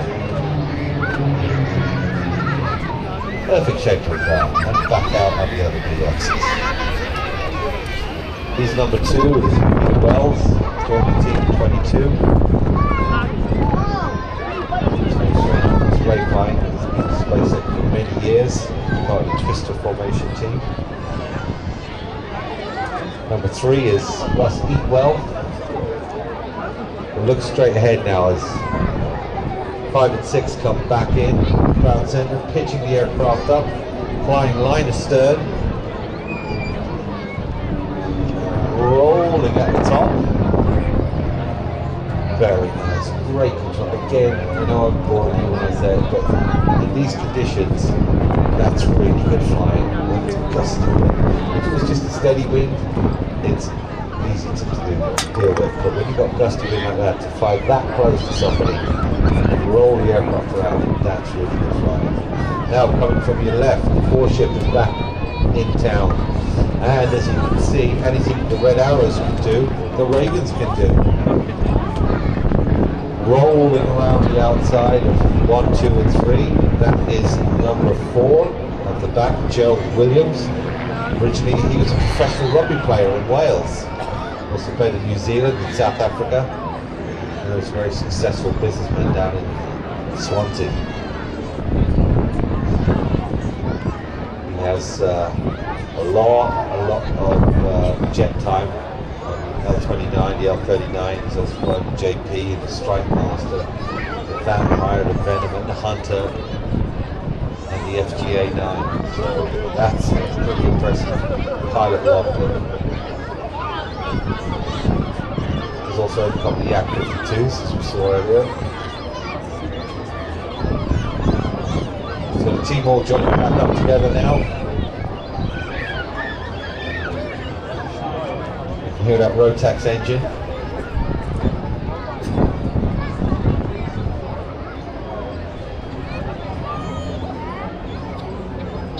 So again, the Rotax engine, we saw an earlier version of that, the autogyro as well. And this one, the Lycoming 360. Watch as all 6 pitch up from the crowd centre into a starburst. Watch the 3 at the back as they come out, they'll split as well, and all 6 aircraft. The spider's web heading out. Now, this is where smoke comes in handy. If you leave your smoke on a little bit, it gives the other pilots a cue how to join in. Unfortunately, as you can see how quickly that smoke is blown away? That just gives you a rough idea. And of course, the height of the smoke, as you'll see the opposition pair come back in, it's moving at different speeds. So the higher up you go, the windier the conditions seem to be. Look at that, synchro roll at exactly the same time. Very nice. So 5 and 6 head out to our right hand side, but look to your left now. Here comes 1, 2, 3 and 4. Heading back in. From your left, pitching the aircraft up. Box formation. And up into a loop. All the way over the top. And then rolling out as they come to exit the crowd center.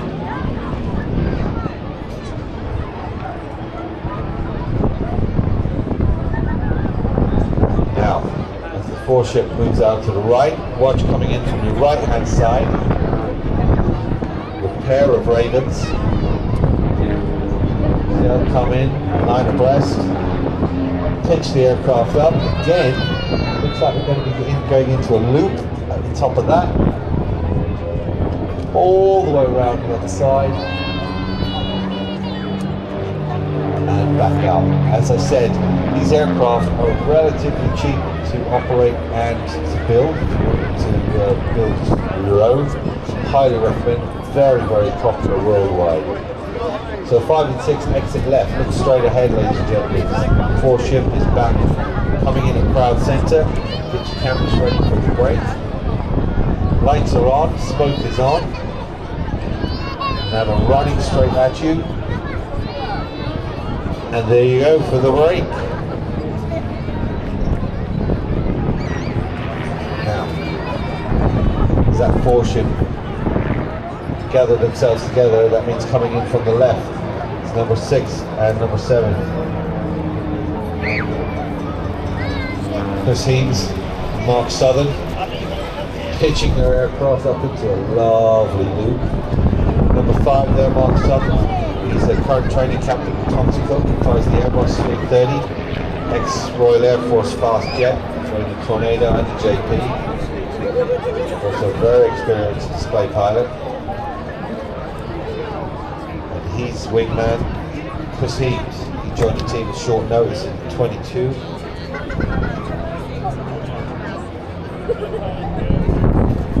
Chris is famous in the display world. He was a Royal Air Force fast jet pilot, flew various types of the Royal Air Force, including Phantom, Tornado, did instruction tours of Tucano and JP and the Tutor. His last tour saw him becoming chief flying instructor with the Royal Air Force Air Cadet Pilot School. Unfortunately, the weather today is not ideal for gliding, but gliding is a very, very underestimated sport in a very good way. I did a lot of gliding before I came out gliding pilot's license. Really set up gliding, highly recommended. Now watch to your left, coming up into the centre. It's the pair again. Now this time they're going to do their version of the heart, but remember it's very, very windy up there. So the heart from Team Raven for everybody here at Blackpool 2025. And there goes the arrow through it.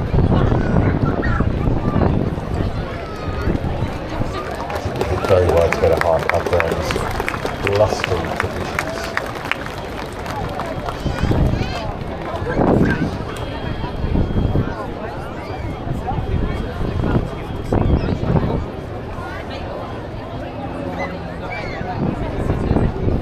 So Team Raven now coming in from the right hand side.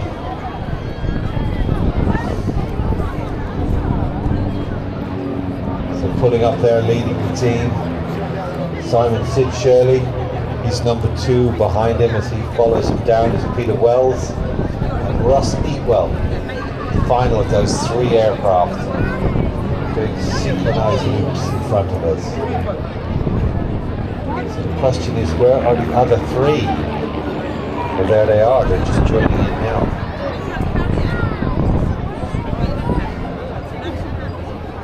We're heading out on the B axis. And number 6 is high above them. So, as I said earlier, they're home-built aircraft, but look at the performance you get out of them. You cannot underestimate what great value for money those aircraft are. Vans or V8s, remember that. If you're thinking one day, I'm going to build my own plane, or I'm going to buy a plane that I can keep with my friends, do a syndicate or something like that, that's one of my go-to aircraft. Hugely popular. Parts are relatively cheap and very easy to find. Now watch as all 6 of them join back together. They're coming in from our left-hand side this time. Does that look like blue sky over there? I just noticed it. That's what it looks like. So they're all stack up together. There we go, back in formation. Staggered line abreast. And then roll the aircraft out into ground center. Cascade. Lovely rooftop.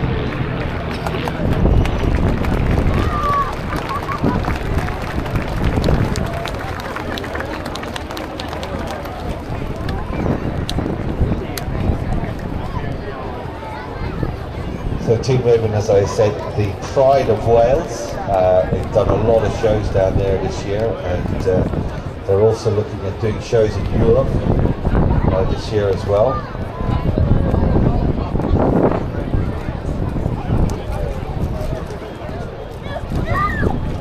Constant speed prop as well, which you heard rasping a little bit like a harbour, but not quite as much.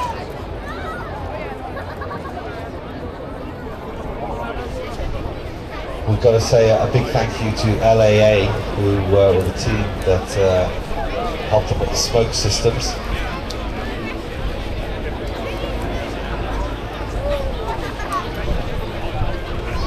Now back again in that Vic. Pitching up and then rolling the whole formation. Watch, get your cameras ready as he comes down to the top, into the splits.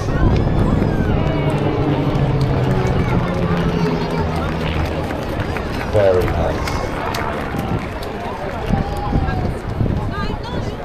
Yeah, as I was saying, LAA were instrumental in helping them get that smoke system up and running.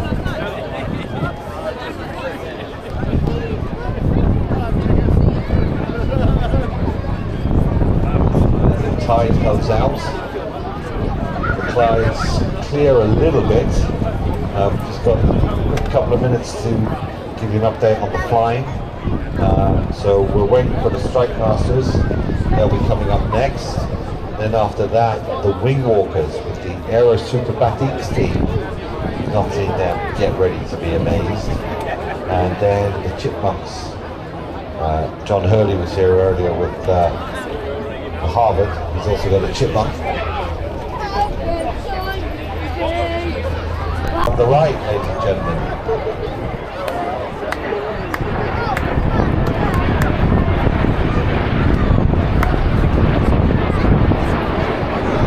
Strike Master was built by the British Aircraft Corporation in Waterloo, Lancashire. It's labelled as a BAC 167. So it's a light ground attack export version of the Jet Promise, basically.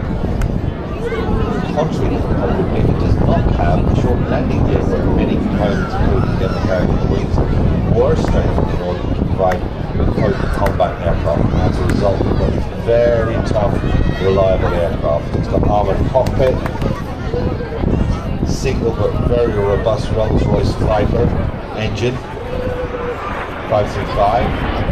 More than 3,450 pounds of thrust. Also got manual flying controls, none of your fly-by-wire nonsense with these aircraft. The manual controls make the aircraft feel quite heavy to fly at high speeds, although still very manoeuvrable, without the risk of damage to vulnerable hydraulic pipework. It's a good trade-off. Indeed, many Strike Masters safely returned home despite significant damage during conflict. The aircraft were very, very sturdy. The extra thrust as well allowed the aircraft to carry a variety of armaments, 2 machine guns, 4 500-pound bombs, or 32 Sura rockets, or a mix of above. And additionally, the aircraft can also carry up to 4 75-gallon fuel tanks to extend its range. The Strike Master achieved considerable export success. It was one of the first big export successes for jets from the UK. Number one demonstrated by the Royal Air Force.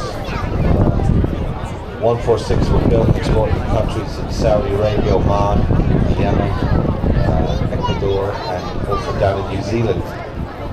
So the team that we see in front of us, the grey one, is Golf Sierra Oscar Alpha Foxtrot. It's a Mark 82, and that belonged to Strike Master Flying Club, SFC, based in North Wales. Harden. This aircraft was imported by Mark Petrie in 2004, all the way back from Oman. Today, as you can see, it's in immaculate grey camouflage colour scheme. So will be in service with the Royal Air Force of Oman. The aircraft is the youngest of Strike Masters ever produced. It built as a one-off back in '86. Aircraft that has only accumulated a little over 2,500 hours of its life so far, so it's got a long life ahead of it. Currently carrying two 100-litre tanks on the inboard wing pilot that supply the smoke system. The other aircraft that we see, the brown and the green one, that's Golf Romeo Sierra Alpha Foxtrot, owned by NWMAS Leasing Limited. Started life as serial number 1120 with the Royal Saudi Air Force. However, the wings on this aircraft actually saw active service in the Royal Air Force of Oman during the Gulf War. They were fitted to the Saudi aircraft 403. During the service, the wing was damaged and now has repaired bullet holes on it, so a real war veteran. The colour scheme that you see with that brown and green one, that's the aircraft 417 with the Sultan of Oman's Air Force from the 1972 area.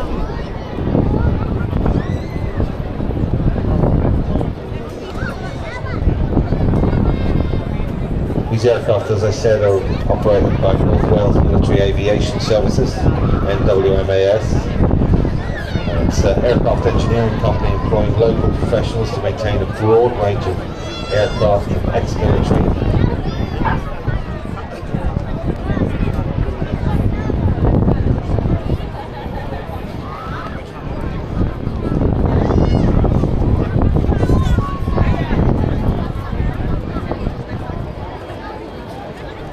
So the aircraft are being flown by Sean Chiddington. He's leading. Sean joined the Royal Air Force straight from school, and having gained his wings, went onto the Hulk before becoming an instructor on the JP. And while he was instructor, he represented the Royal Air Force as the JP display pilot.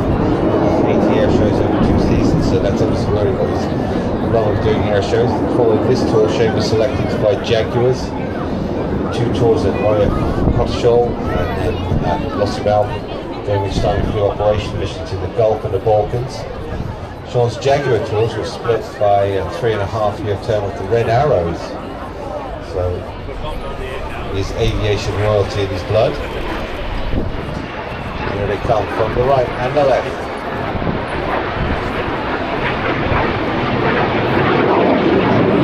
Sean is a trained airline pilot captain and flies the A320, one of the UK's largest airlines, and in addition to display flying, he's also the chief pilot for Jet Legends, flying passengers and Strike Masters from both wheeled through the summer months.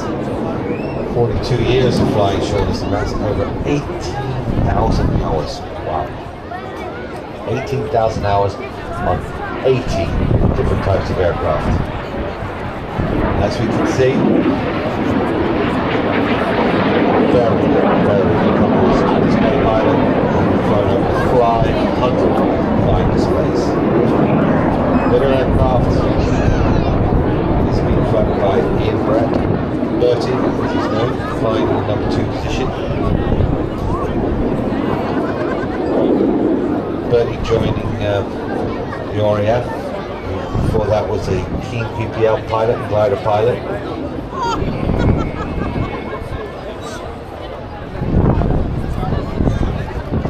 Flew Tornadoes, serving in multinational exercises as well as operational deployments.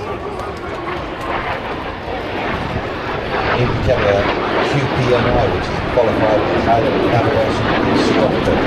Their job is to train navigators in Tucano aircraft. Following this, he trained as a QFI on the Tutor aircraft, teaching elementary flying training. Was teaching EFT and was selected to manage the Tutor display team. So obviously he had a big background in flying displays before getting aboard the Strike Masters. Now, whilst you're watching these aircraft flying today, you might have thought, wow, wouldn't it be great to have a flight of one of these? Well, actually, you can. It is possible. These actual aircraft are not displayed in the summer. They're operated by Jet Legends as part of Aero Legends, based out of North Wales, down in Essex. So, if you head down to the website at aerolegends.co.uk, you can see all of the aircraft available for them to go flying in. Maybe it's somebody's special birthday, maybe it's just one of those things that you've always wanted to do. So imagine being able to go flying one of these. Personally, I'd like to go flying on a student display, but I know that's not allowed. Jet Legends are the first and only operator to give the UKCA fly passengers in individual jets. And now in their third year of flying passengers in these aircraft. You can fly as a singleton, you can go up as a pair with your friend, or even alongside a Spitfire. And to date, more than 200 people have experienced flights in these jets. As a passenger, you can fly with Sean or Bertie in one of these actual aircraft, completing even some of the maneuvers that you see here today. So if you want to know more, the website is called aerolegends.co.uk.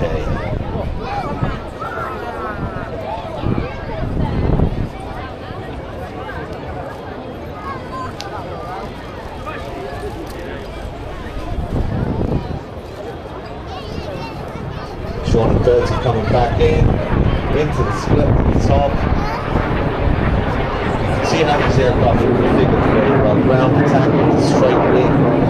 It wasn't about the speed, but a very, very capable aircraft and a wonderful display from both pilots.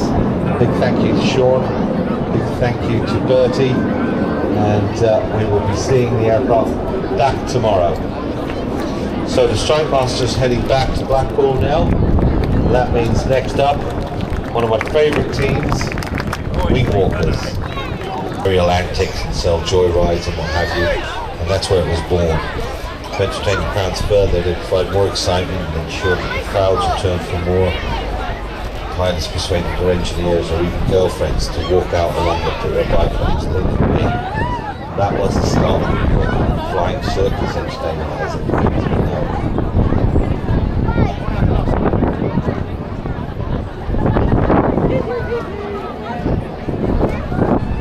So the Wing Walkers themselves, and also, by the way, I don't know if you saw it, but they were on the BBC about 3 weeks ago. There was a program all about the team. So they're coming in from the left-hand side, and they're going to be high up. We're going to translate that into speed as they dive down. So look up to your left-hand side, ladies and gentlemen. It's time to welcome Aero Superbatics and the Wing Walking team. So yeah, as I said, have a look at Ultimate Wing Walkers. It's still on the BBC iPlayer, and that'll give you an in-depth look at the ladies. So they've pitched the aircraft up. Dave Farrell, leading the team, has gone straight into the loop. Look at the girls hanging on onto the top of the wing. Kirsty Popjoy is the lead wing walker there. She's been walking for 7 years, and Emma Broadbent is following her. Flying the aircraft today, Dave Farrell is our lead pilot. Over 5,500 hours, over 1,400 displays under his belt. And Brian Corns is his number 2. Over 13,000 hours, again over 500 hours, 500 displays. So watch now, as the girls come back in, you'll notice something, they're upside down. Because the whole thing, the whole harness that they're on, can actually rotate 360 degrees. So that's their legs sticking up in the air as they come back down. Now keep an eye on them, because you'll see them actually switching around. We're not in a handstand. There you go. See them flicking? How they just rotated around, and now they're the right way up. So if you've got binoculars, today is your day. You're going to be seeing some pretty amazing stuff. As I said, the lead wing walker is Kirsten Popjoy, and both the girls have a background in the circus, acrobats. As you can imagine, you got to be super fit. They're both fully trained gymnasts. Just imagine the pressure that their body is under with the wind blowing on it. I mean, it's bad enough trying to stand on the beach every day, but imagine being on top of a wing of an aircraft that's doing 100 miles an hour. Imagine the forces coming at you, and then you've got to move.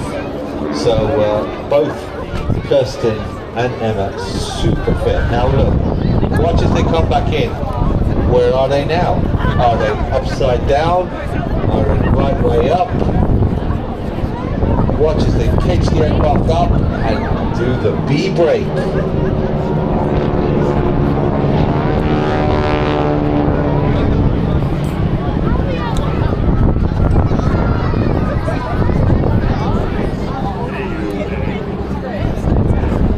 Now, as I said earlier, keep an eye on the top wing because that's where all the action is. These Boeing Stearmans are very, very capable aircraft. We saw the Harvard earlier on, which was used as a trainer. This aircraft as well was massive in the Second World War, giving basic flight instruction. PT-17s, there's all different names for them. Huge in America, the American Air Force and the American Navy, together with the Canadian Air Force, used these Stearmans. At the end of the war, there was over 10,000 of them built. There was a lot of surplus. Now once his aircraft pitched down and they come heading towards each other, Dave pitching the red aircraft up, and then a butt at the top of that, that's that hollow negative G as well. So a lot of the time the girls are experiencing up to 4 or 5 G pushing straight down on them, especially when those maneuvers are coming out of high-speed dives. So keep an eye as they head out left and right. And even with the upgraded engine, 440 horsepower, 460 horsepower, the big wing areas of this make it particularly fast. Right, so smoke is on, both coming in on the B axis, left and right. And look at the girls as they lie sideways, this time sideways, on their harness. And there they go, flip themselves around the right way from their 90-degree lay down. Now, Dave Barrel on the radio calling out the maneuvers. Let's see if we can listen in as he calls out the maneuvers for the aircraft to come in.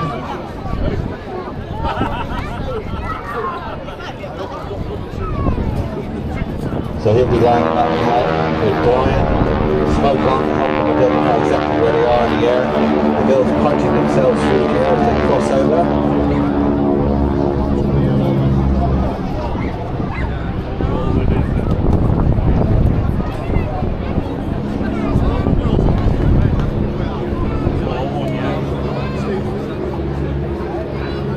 So the aircraft heading out to join up again, and they're climbing as well.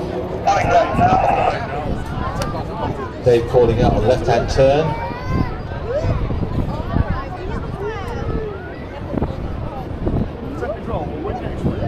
So, like I said, if you want to do this, you can actually go and have a go at wing walking. They don't do the rolls and it's just a wing walk. You go up and you fly around in the circuit. But can you imagine being strapped to the top of that wing?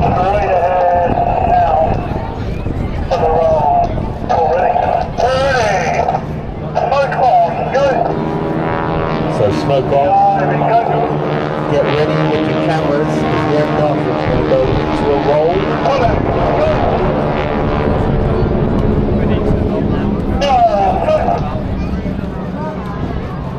And rolling. Not for all the tea in China would I do that.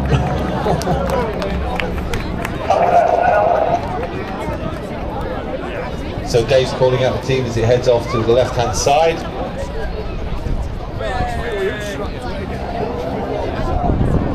Building speed up, and again, like the Harvard that we saw earlier, any height that they have, they trade it off for speed. They push the nose down and build up their speed.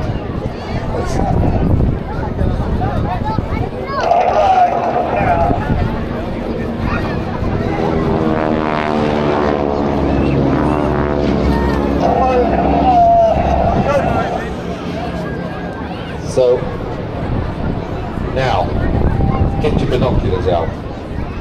Coming towards the end of the show, and you can see the lady starting to move around at the top of the wing. And Dave's just called transfer now. You can see they've unstrapped themselves from the actual top of the wing. And now they're going to move forward, and Kirsty, Emma are going to sit on the front of the wing as they come back in. Aren't you glad you got binoculars now? This is amazing. So get your cameras ready, ladies and gentlemen. Aero Superbatics.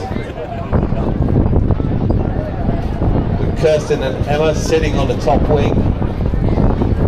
Oh, they've transferred, sorry, down to the bottom wing. They used to sit at the top wing, now they're on the bottom wing. Waving furiously. But it doesn't stop there.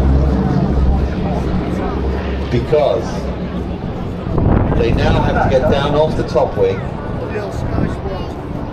get into the cockpit of the aircraft. So Dave will throttle back, steady the aircraft. That's why they're flying straight and level now, so that the girls can get their footing, and they'll come back in. And I know that Emma did classic ballet, and Kirsten was also in the circus, so she's used to a dance routine. So now they do a thing called the Abaresque, I think it's called. I don't know my ballet, I'll be honest. And get your cameras ready. The sun is finally coming out. That makes such a difference, isn't it? Watch the girls on the top.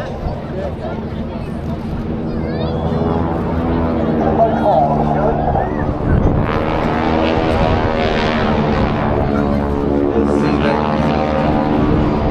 making that dance, moving forward, holding their leg, standing on the top of the wing, not strapped into that pole. And again, I should point out that if you do decide to come down and do a wing walk for charity, we won't ask you to do that. We'll strap you to the aircraft, we'll fly you around a bit, and then we'll land. And in no time, until we've shut the engine down, will we ask you to unstrap and climb back into the cockpit. So coming back in for the last pass, keep an eye out, see if you can see where the girls are. They're getting ready to step back into the cockpit. So, Kirsty Popjoy leading the team on the top. Emma Broadbent, the other wing walking girl, with Dave Bowell leading them in, and Brian Corns at the other controls. There they go, give them a wave, ladies and gentlemen. They're waving furiously at you, I can see that. They'll do their ballet maneuver and head off into what is glorious sunshine. Now the wing walking girls turn up, and the sun starts shining. All is bright with glory. Ladies and gentlemen, round of applause for Aero Superbatics, and especially the girls on the wing. Wow, that's going to be hard to surpass.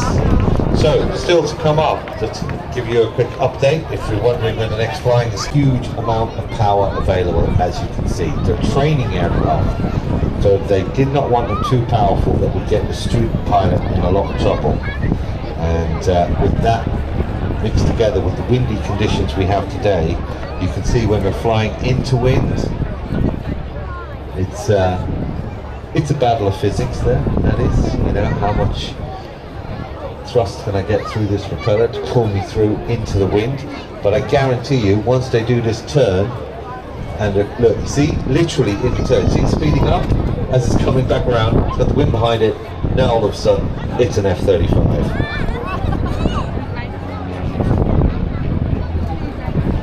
So the Chipmunk, as I said, it played a big part in my life and many other air training squadrons, and also at university air squadrons. They're still beloved by a lot of pilots. Their docile flight characteristics. It's a bit of a gentleman's carriage. Not the roomiest cockpit in the world. You know, the canopy is a couple of inches away from your head. And if you had a big helmet, a big bone dome on you, you'd be banging on it all the time. But when it comes to learning, I learned a lot in these aircraft. The stall is very predictable. You can feel it just drift away from you, and then it's not snapping in any direction.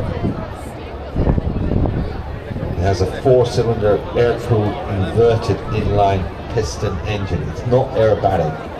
You can do a roll in it, but you don't want to be upside down for too long before the fuel runs out in the carb. It's not a good idea. And as you can see again, fixed undercarriage. Keep it simple. Good tail dragging experience as well. So if you have not done any tail dragging and you want to go onto a harbour and then onto a Spitfire or something like that, I highly recommend you do some just 5 hours or so in a chippy first. It's a lot more forgiving than a harbour.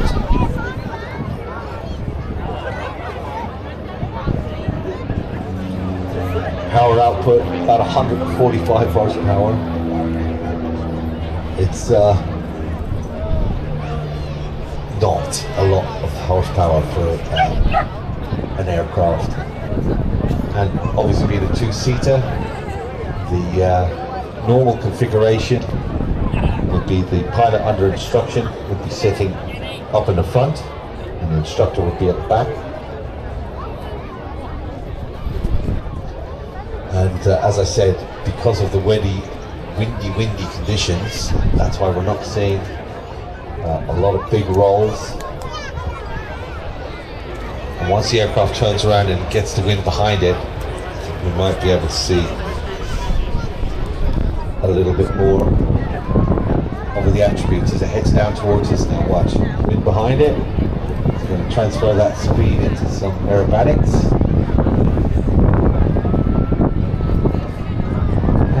Aircraft up. So as I said, the two aircrafts are very different. One's a T10 and the other is a Super Monk, and that Super Monk is the one that's gone away. It's got the Lycoming engine in it. This aircraft was used for many years as a glider tug, which was a lot of Chipmunks went that way before being completely restored in 2019. And if you are lucky enough to get up and have a close look at it at Blackpool Airport, because it's here for the weekend, it is like it's just come out of the factory. It's not clear for aerobatics. All Chipmunks are becoming extremely expensive to own now and operate due to the high amount of maintenance and NDT work that's required. But who'd have thought 70 years ago when they were building these aircraft, oh yeah, these aircraft are going to be around in 70 years, be flying the ocean. They just weren't built to last that long. They had a life expectancy. So it's really impressive to see these aircraft still being flown today at air shows. And it's testament to the aviation heritage of the United Kingdom, that there's men and women out there who make sure that these aircraft are not just stored away in a dusty museum where we walk past them and look at them, but we're lucky enough to be able to come out on a sunny day, look at the hats, the clouds bouncing off it, and relive our aviation history. And no, it's not a Spitfire and it's not an F-35, but it plays just as important role as those aircraft do, because these are the aircraft that trained the pilots that then went on to the fighter pilots. And they require just as much respect.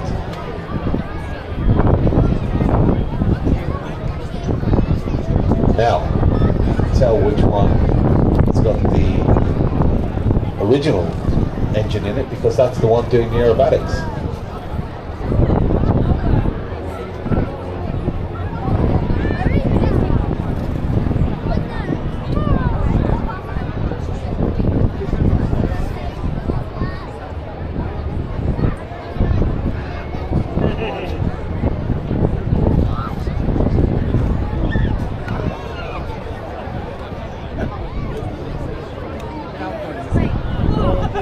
John Hoyle that we saw earlier on in the Harvard.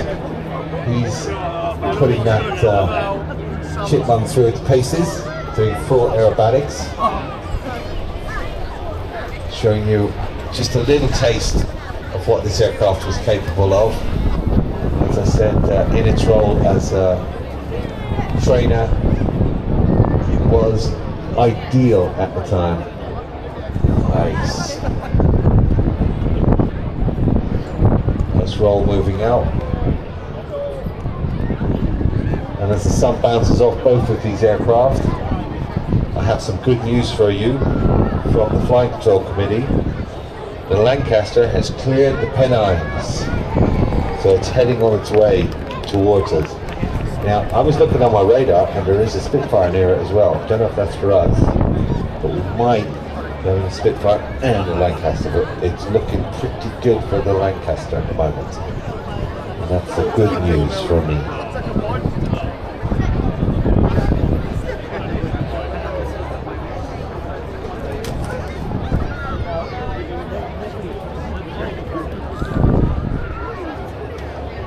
So finally coming in straight into Cloud Center, John Hurl at the controls of the T-10 ex-Royal Air Force Chipmunk.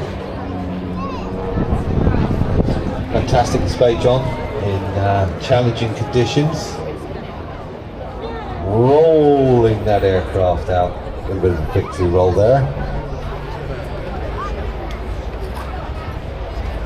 Thank you, John. Thanks to the rest of the team.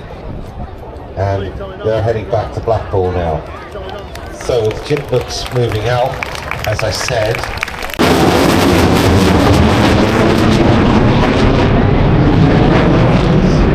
Typhoon display 2025.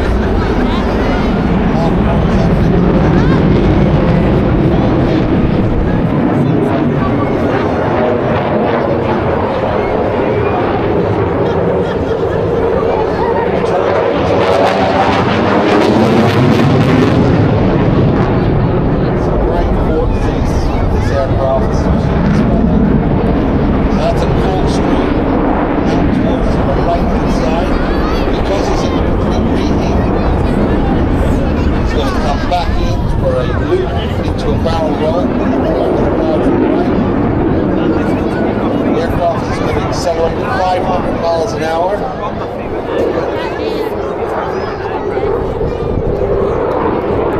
Full reheat. Those are the J200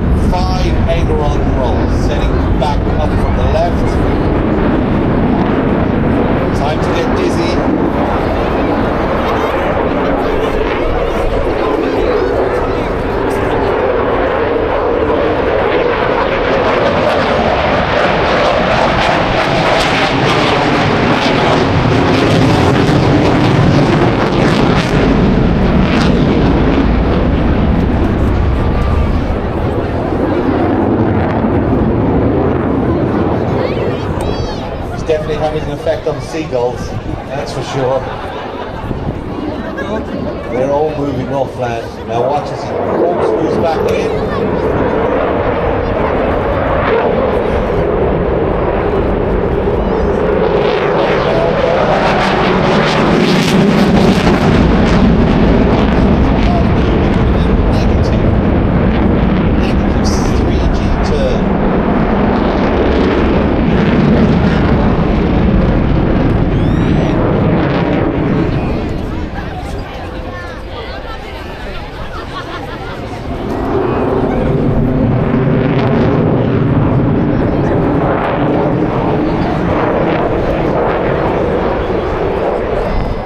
There's the outside turn, 3 times his own body weight, pushing all his weight.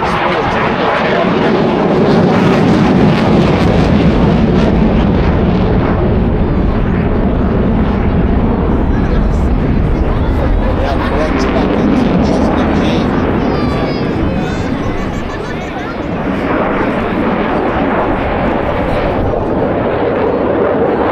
Pitch the aircraft up into the vertical.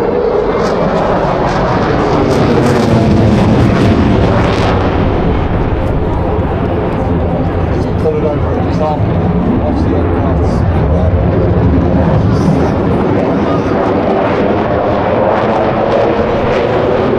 And to the left.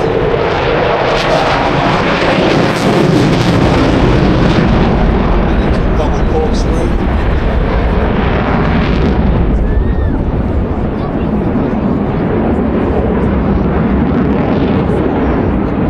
Now watch.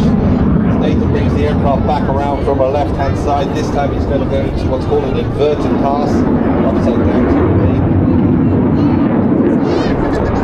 And then a negative half cubic. So he's pitching the aircraft into knife edge. There into inverted, upside down. And then, oh, horrible negative G again. Outside, pulling the aircraft up into the vertical, rolling around. And come back on that half cubic. Get ready for a high-speed pass. It's going to be fast, loud, just under 700 miles an hour.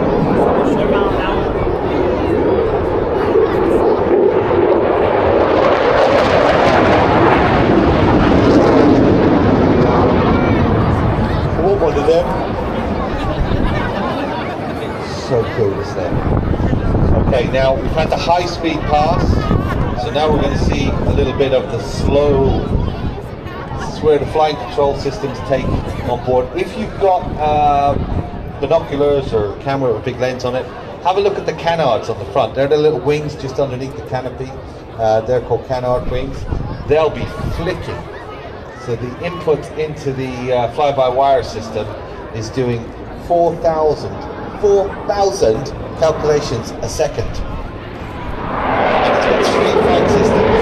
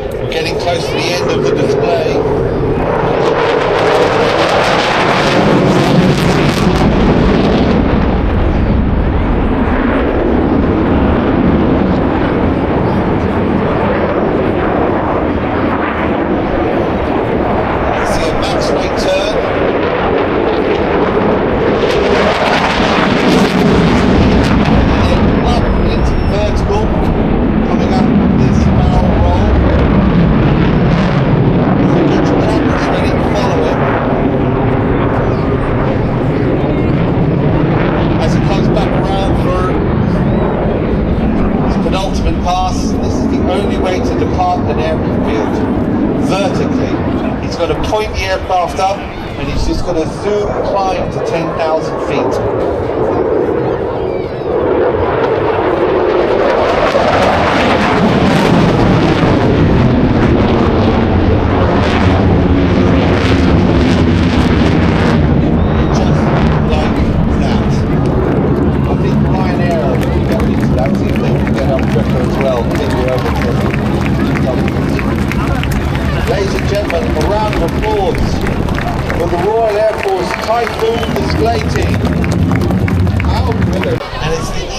Job in the world as a commentator now. because I'm going to shut up and we're just going to listen to these engines.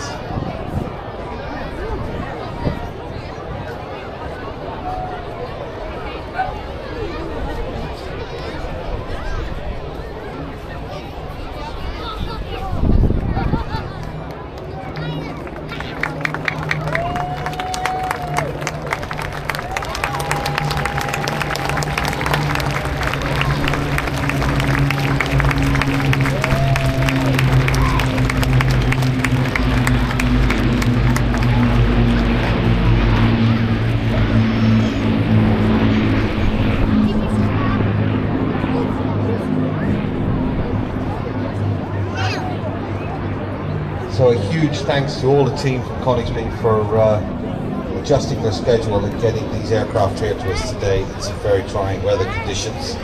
And as we can see, Spitfire, Hurricane and Lancaster, the full team are here. Ladies and gentlemen, I can't tell you how proud I am to have them here today, and not just in the air but also on the ground. The Battle of Britain Memorial Flight have a presence out on the main arena just underneath the tower. Go along and see them. They have something very special there apparently, so I'm going to go and have a look at them. But right now we're going to just concentrate on these three wonderful aircraft. Hurricane Mark IIC PZ865. Also we have that Mark 19 Spitfire, the photo reconnaissance version, PM631, and of course the Lancaster PA474.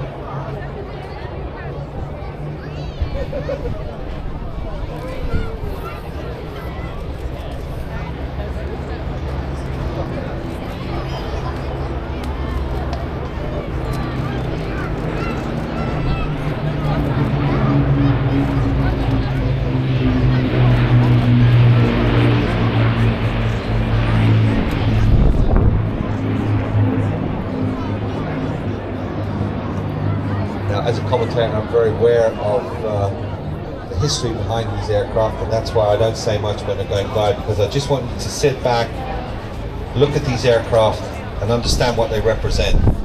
Young men, 19, 20, 21, stepping forward when their country needed them and sacrificing themselves, knowing going to war in these aircraft was an extremely dangerous occupation, and yet they did it. They did it for tens of thousands. And these aircraft are kept flying by the United Kingdom to remember those. It's important that we remember these aircraft are not just museum pieces, but they're here for us to remember the heroes, men and women, that fought so bravely in the Second World War and defeated the Nazis with these very aircraft.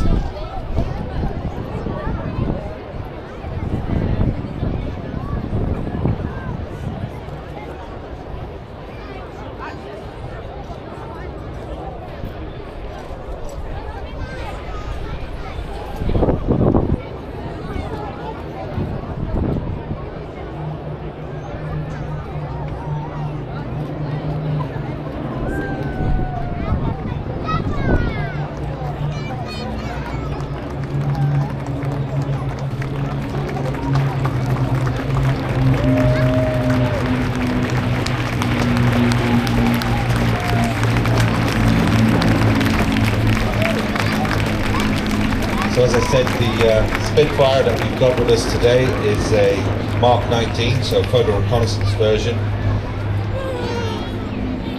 PM631. It was built in Reading, it was delivered to Southampton in May of '44. It was used for tests. So as the fighters break out, the Lancaster head off.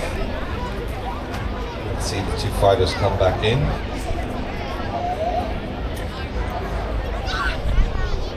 Of course, after Mark 12, all the Spitfires were powered by the Griffin engine, that's it. And some aficionados say, "Oh no, it's not a Spitfire, it's not Merlin. It has to have a Merlin." And when you put a Griffin in it, it's, you know, but the Griffin was a huge step forward in engine, and also given enormous power, and especially at height. And that's where this Mark 19 came into its own. It was just the fastest aircraft out there. So as a photo reconnaissance aircraft, the Spitfires went over Europe, and the Luftwaffe was still about, and it had 0 guns. It had no guns, but its armament was its speed. When it saw anything so fast, it could just get away from it. And then the Hurricane that we see with us today, PZ-865, that is the last Hurricane that was ever built.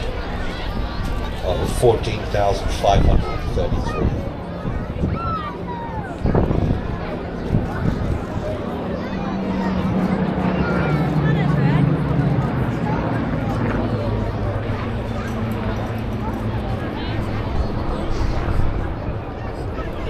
Rolled off the Hawker production line back in Langley and Bucks in July of 44. It was actually inscribed on the production line, the last of the many, on the port and starboard side.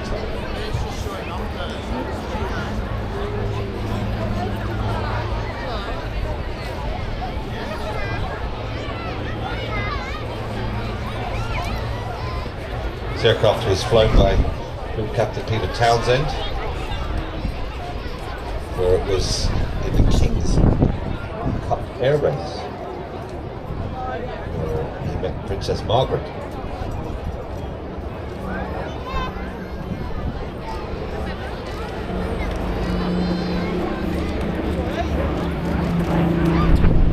During the 60s, PZ was returned to its wartime camouflage scene with numerous displays in Europe. And the famous test pilot Bill Bedford used to fly this. And it's also one of the actual Hurricanes that appeared in the Battle of Britain Museum. So it's a bit of a TV star as well.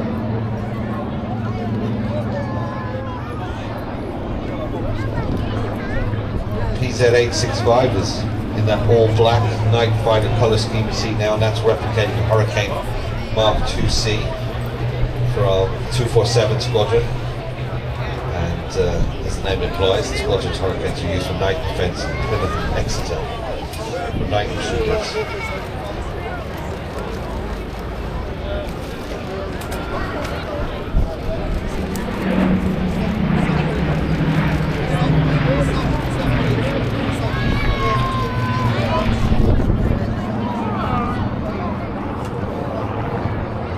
Trailing behind the Hurricane, leading, is the Mark 19 Spitfire. As I said, one of the fastest production propeller aircraft ever made. We're getting towards the end of the propeller age, and jets were about to take over.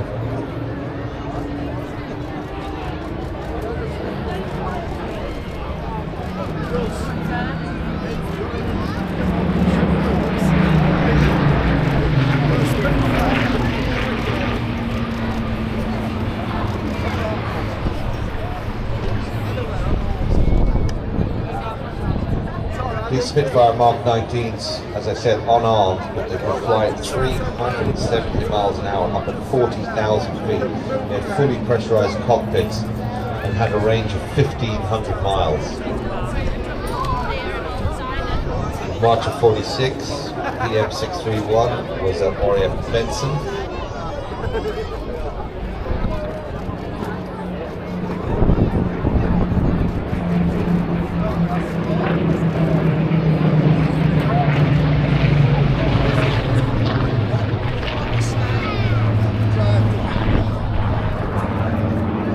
Look at that picture, sun bouncing off the wings, perfect. It was at RAF Benson where it remained until May of 49, and then it moved on to 203 Advanced Flying School. After being modified for meteorological work, she was flown by civilian pilots into temperature and humidity monitoring, flight based at Hooton Park on Woodvale.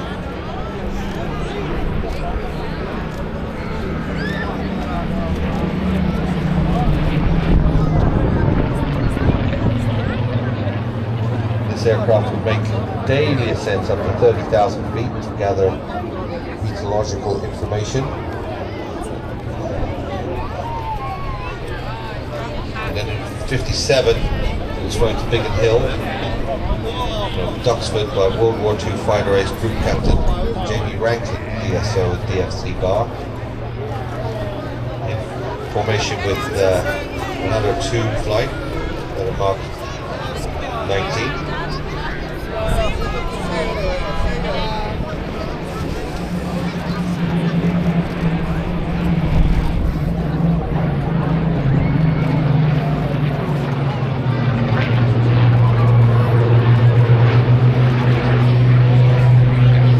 Spitfire roll in the sunshine. That Spitfire is the longest continuous serving aircraft of the Battle of Britain Memorial flag.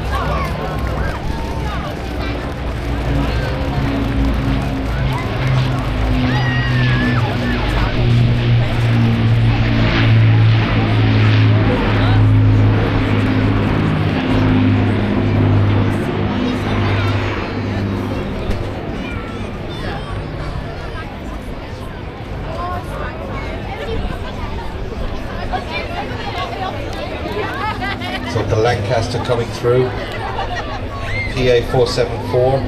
It's one of only 2 surviving Lancasters in the world. The other one out in Canada, of course. 474 was built in Vickers Armstrong Broughton factory in Horden, completed on May of 45. The war in Europe had ended a few weeks earlier, so the aircraft was modified for Far East operations against the Japanese.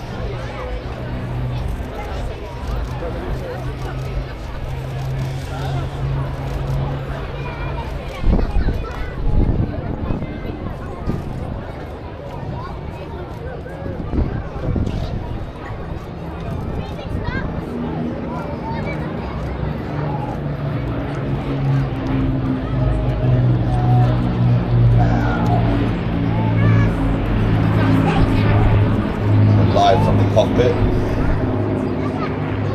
The Lancaster rolling out now. I expect the fighter aircraft to join up with them soon.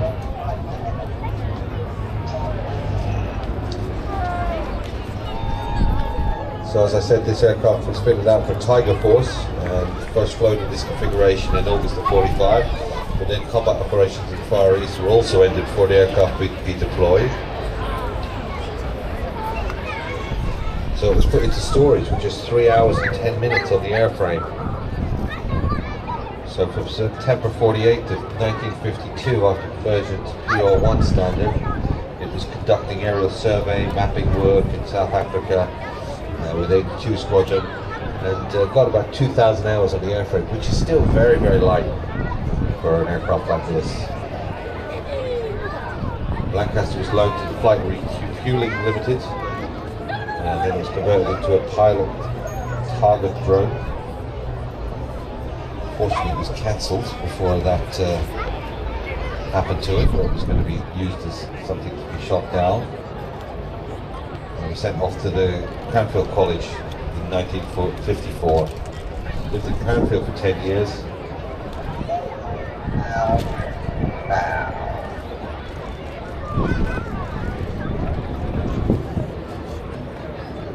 474 is now painted on its port side as Lancaster Bill.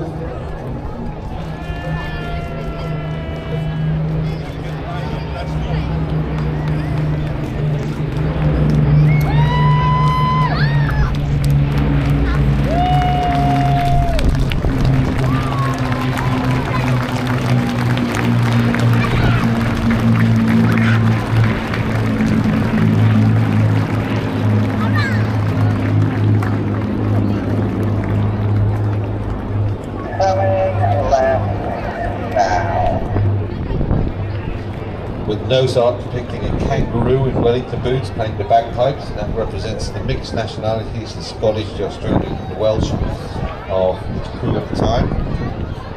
W5005 aircraft, which flew 51 ops with 460 Squadron, Royal Australian Air Force from Bimbrook, which then transferred over to 550 Squadron at North Killingholme. On the starboard side of PA 474, whereas the 50 Squadron code letters BNT. These being the code letters of the aircraft in which Flying Officer Dougie Milken flew 27 of the 35 flights on these tours with 50 squadron.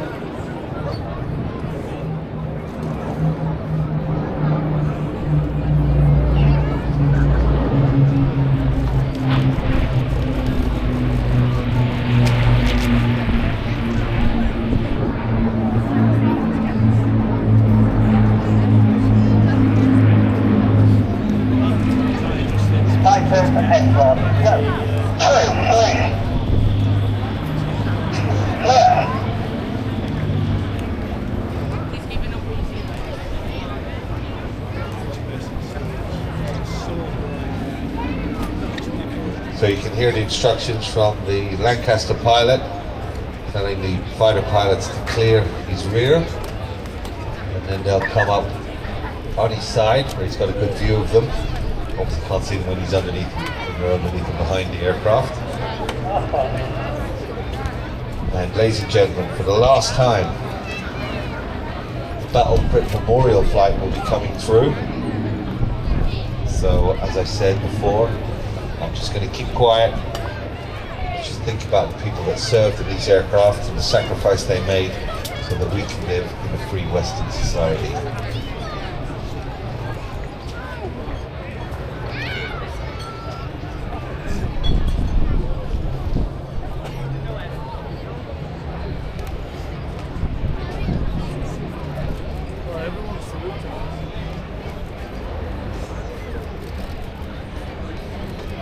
I said, 1, 2, 3, go!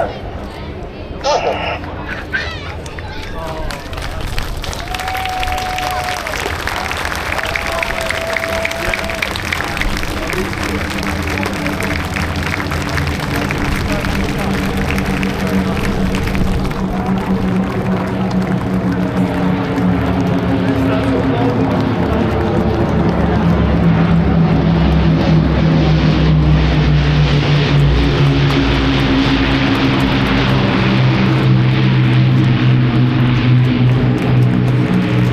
Ladies and gentlemen, it's been my pleasure doing the first day here at the Blackpool Airshow. My name is Joe McGrath, and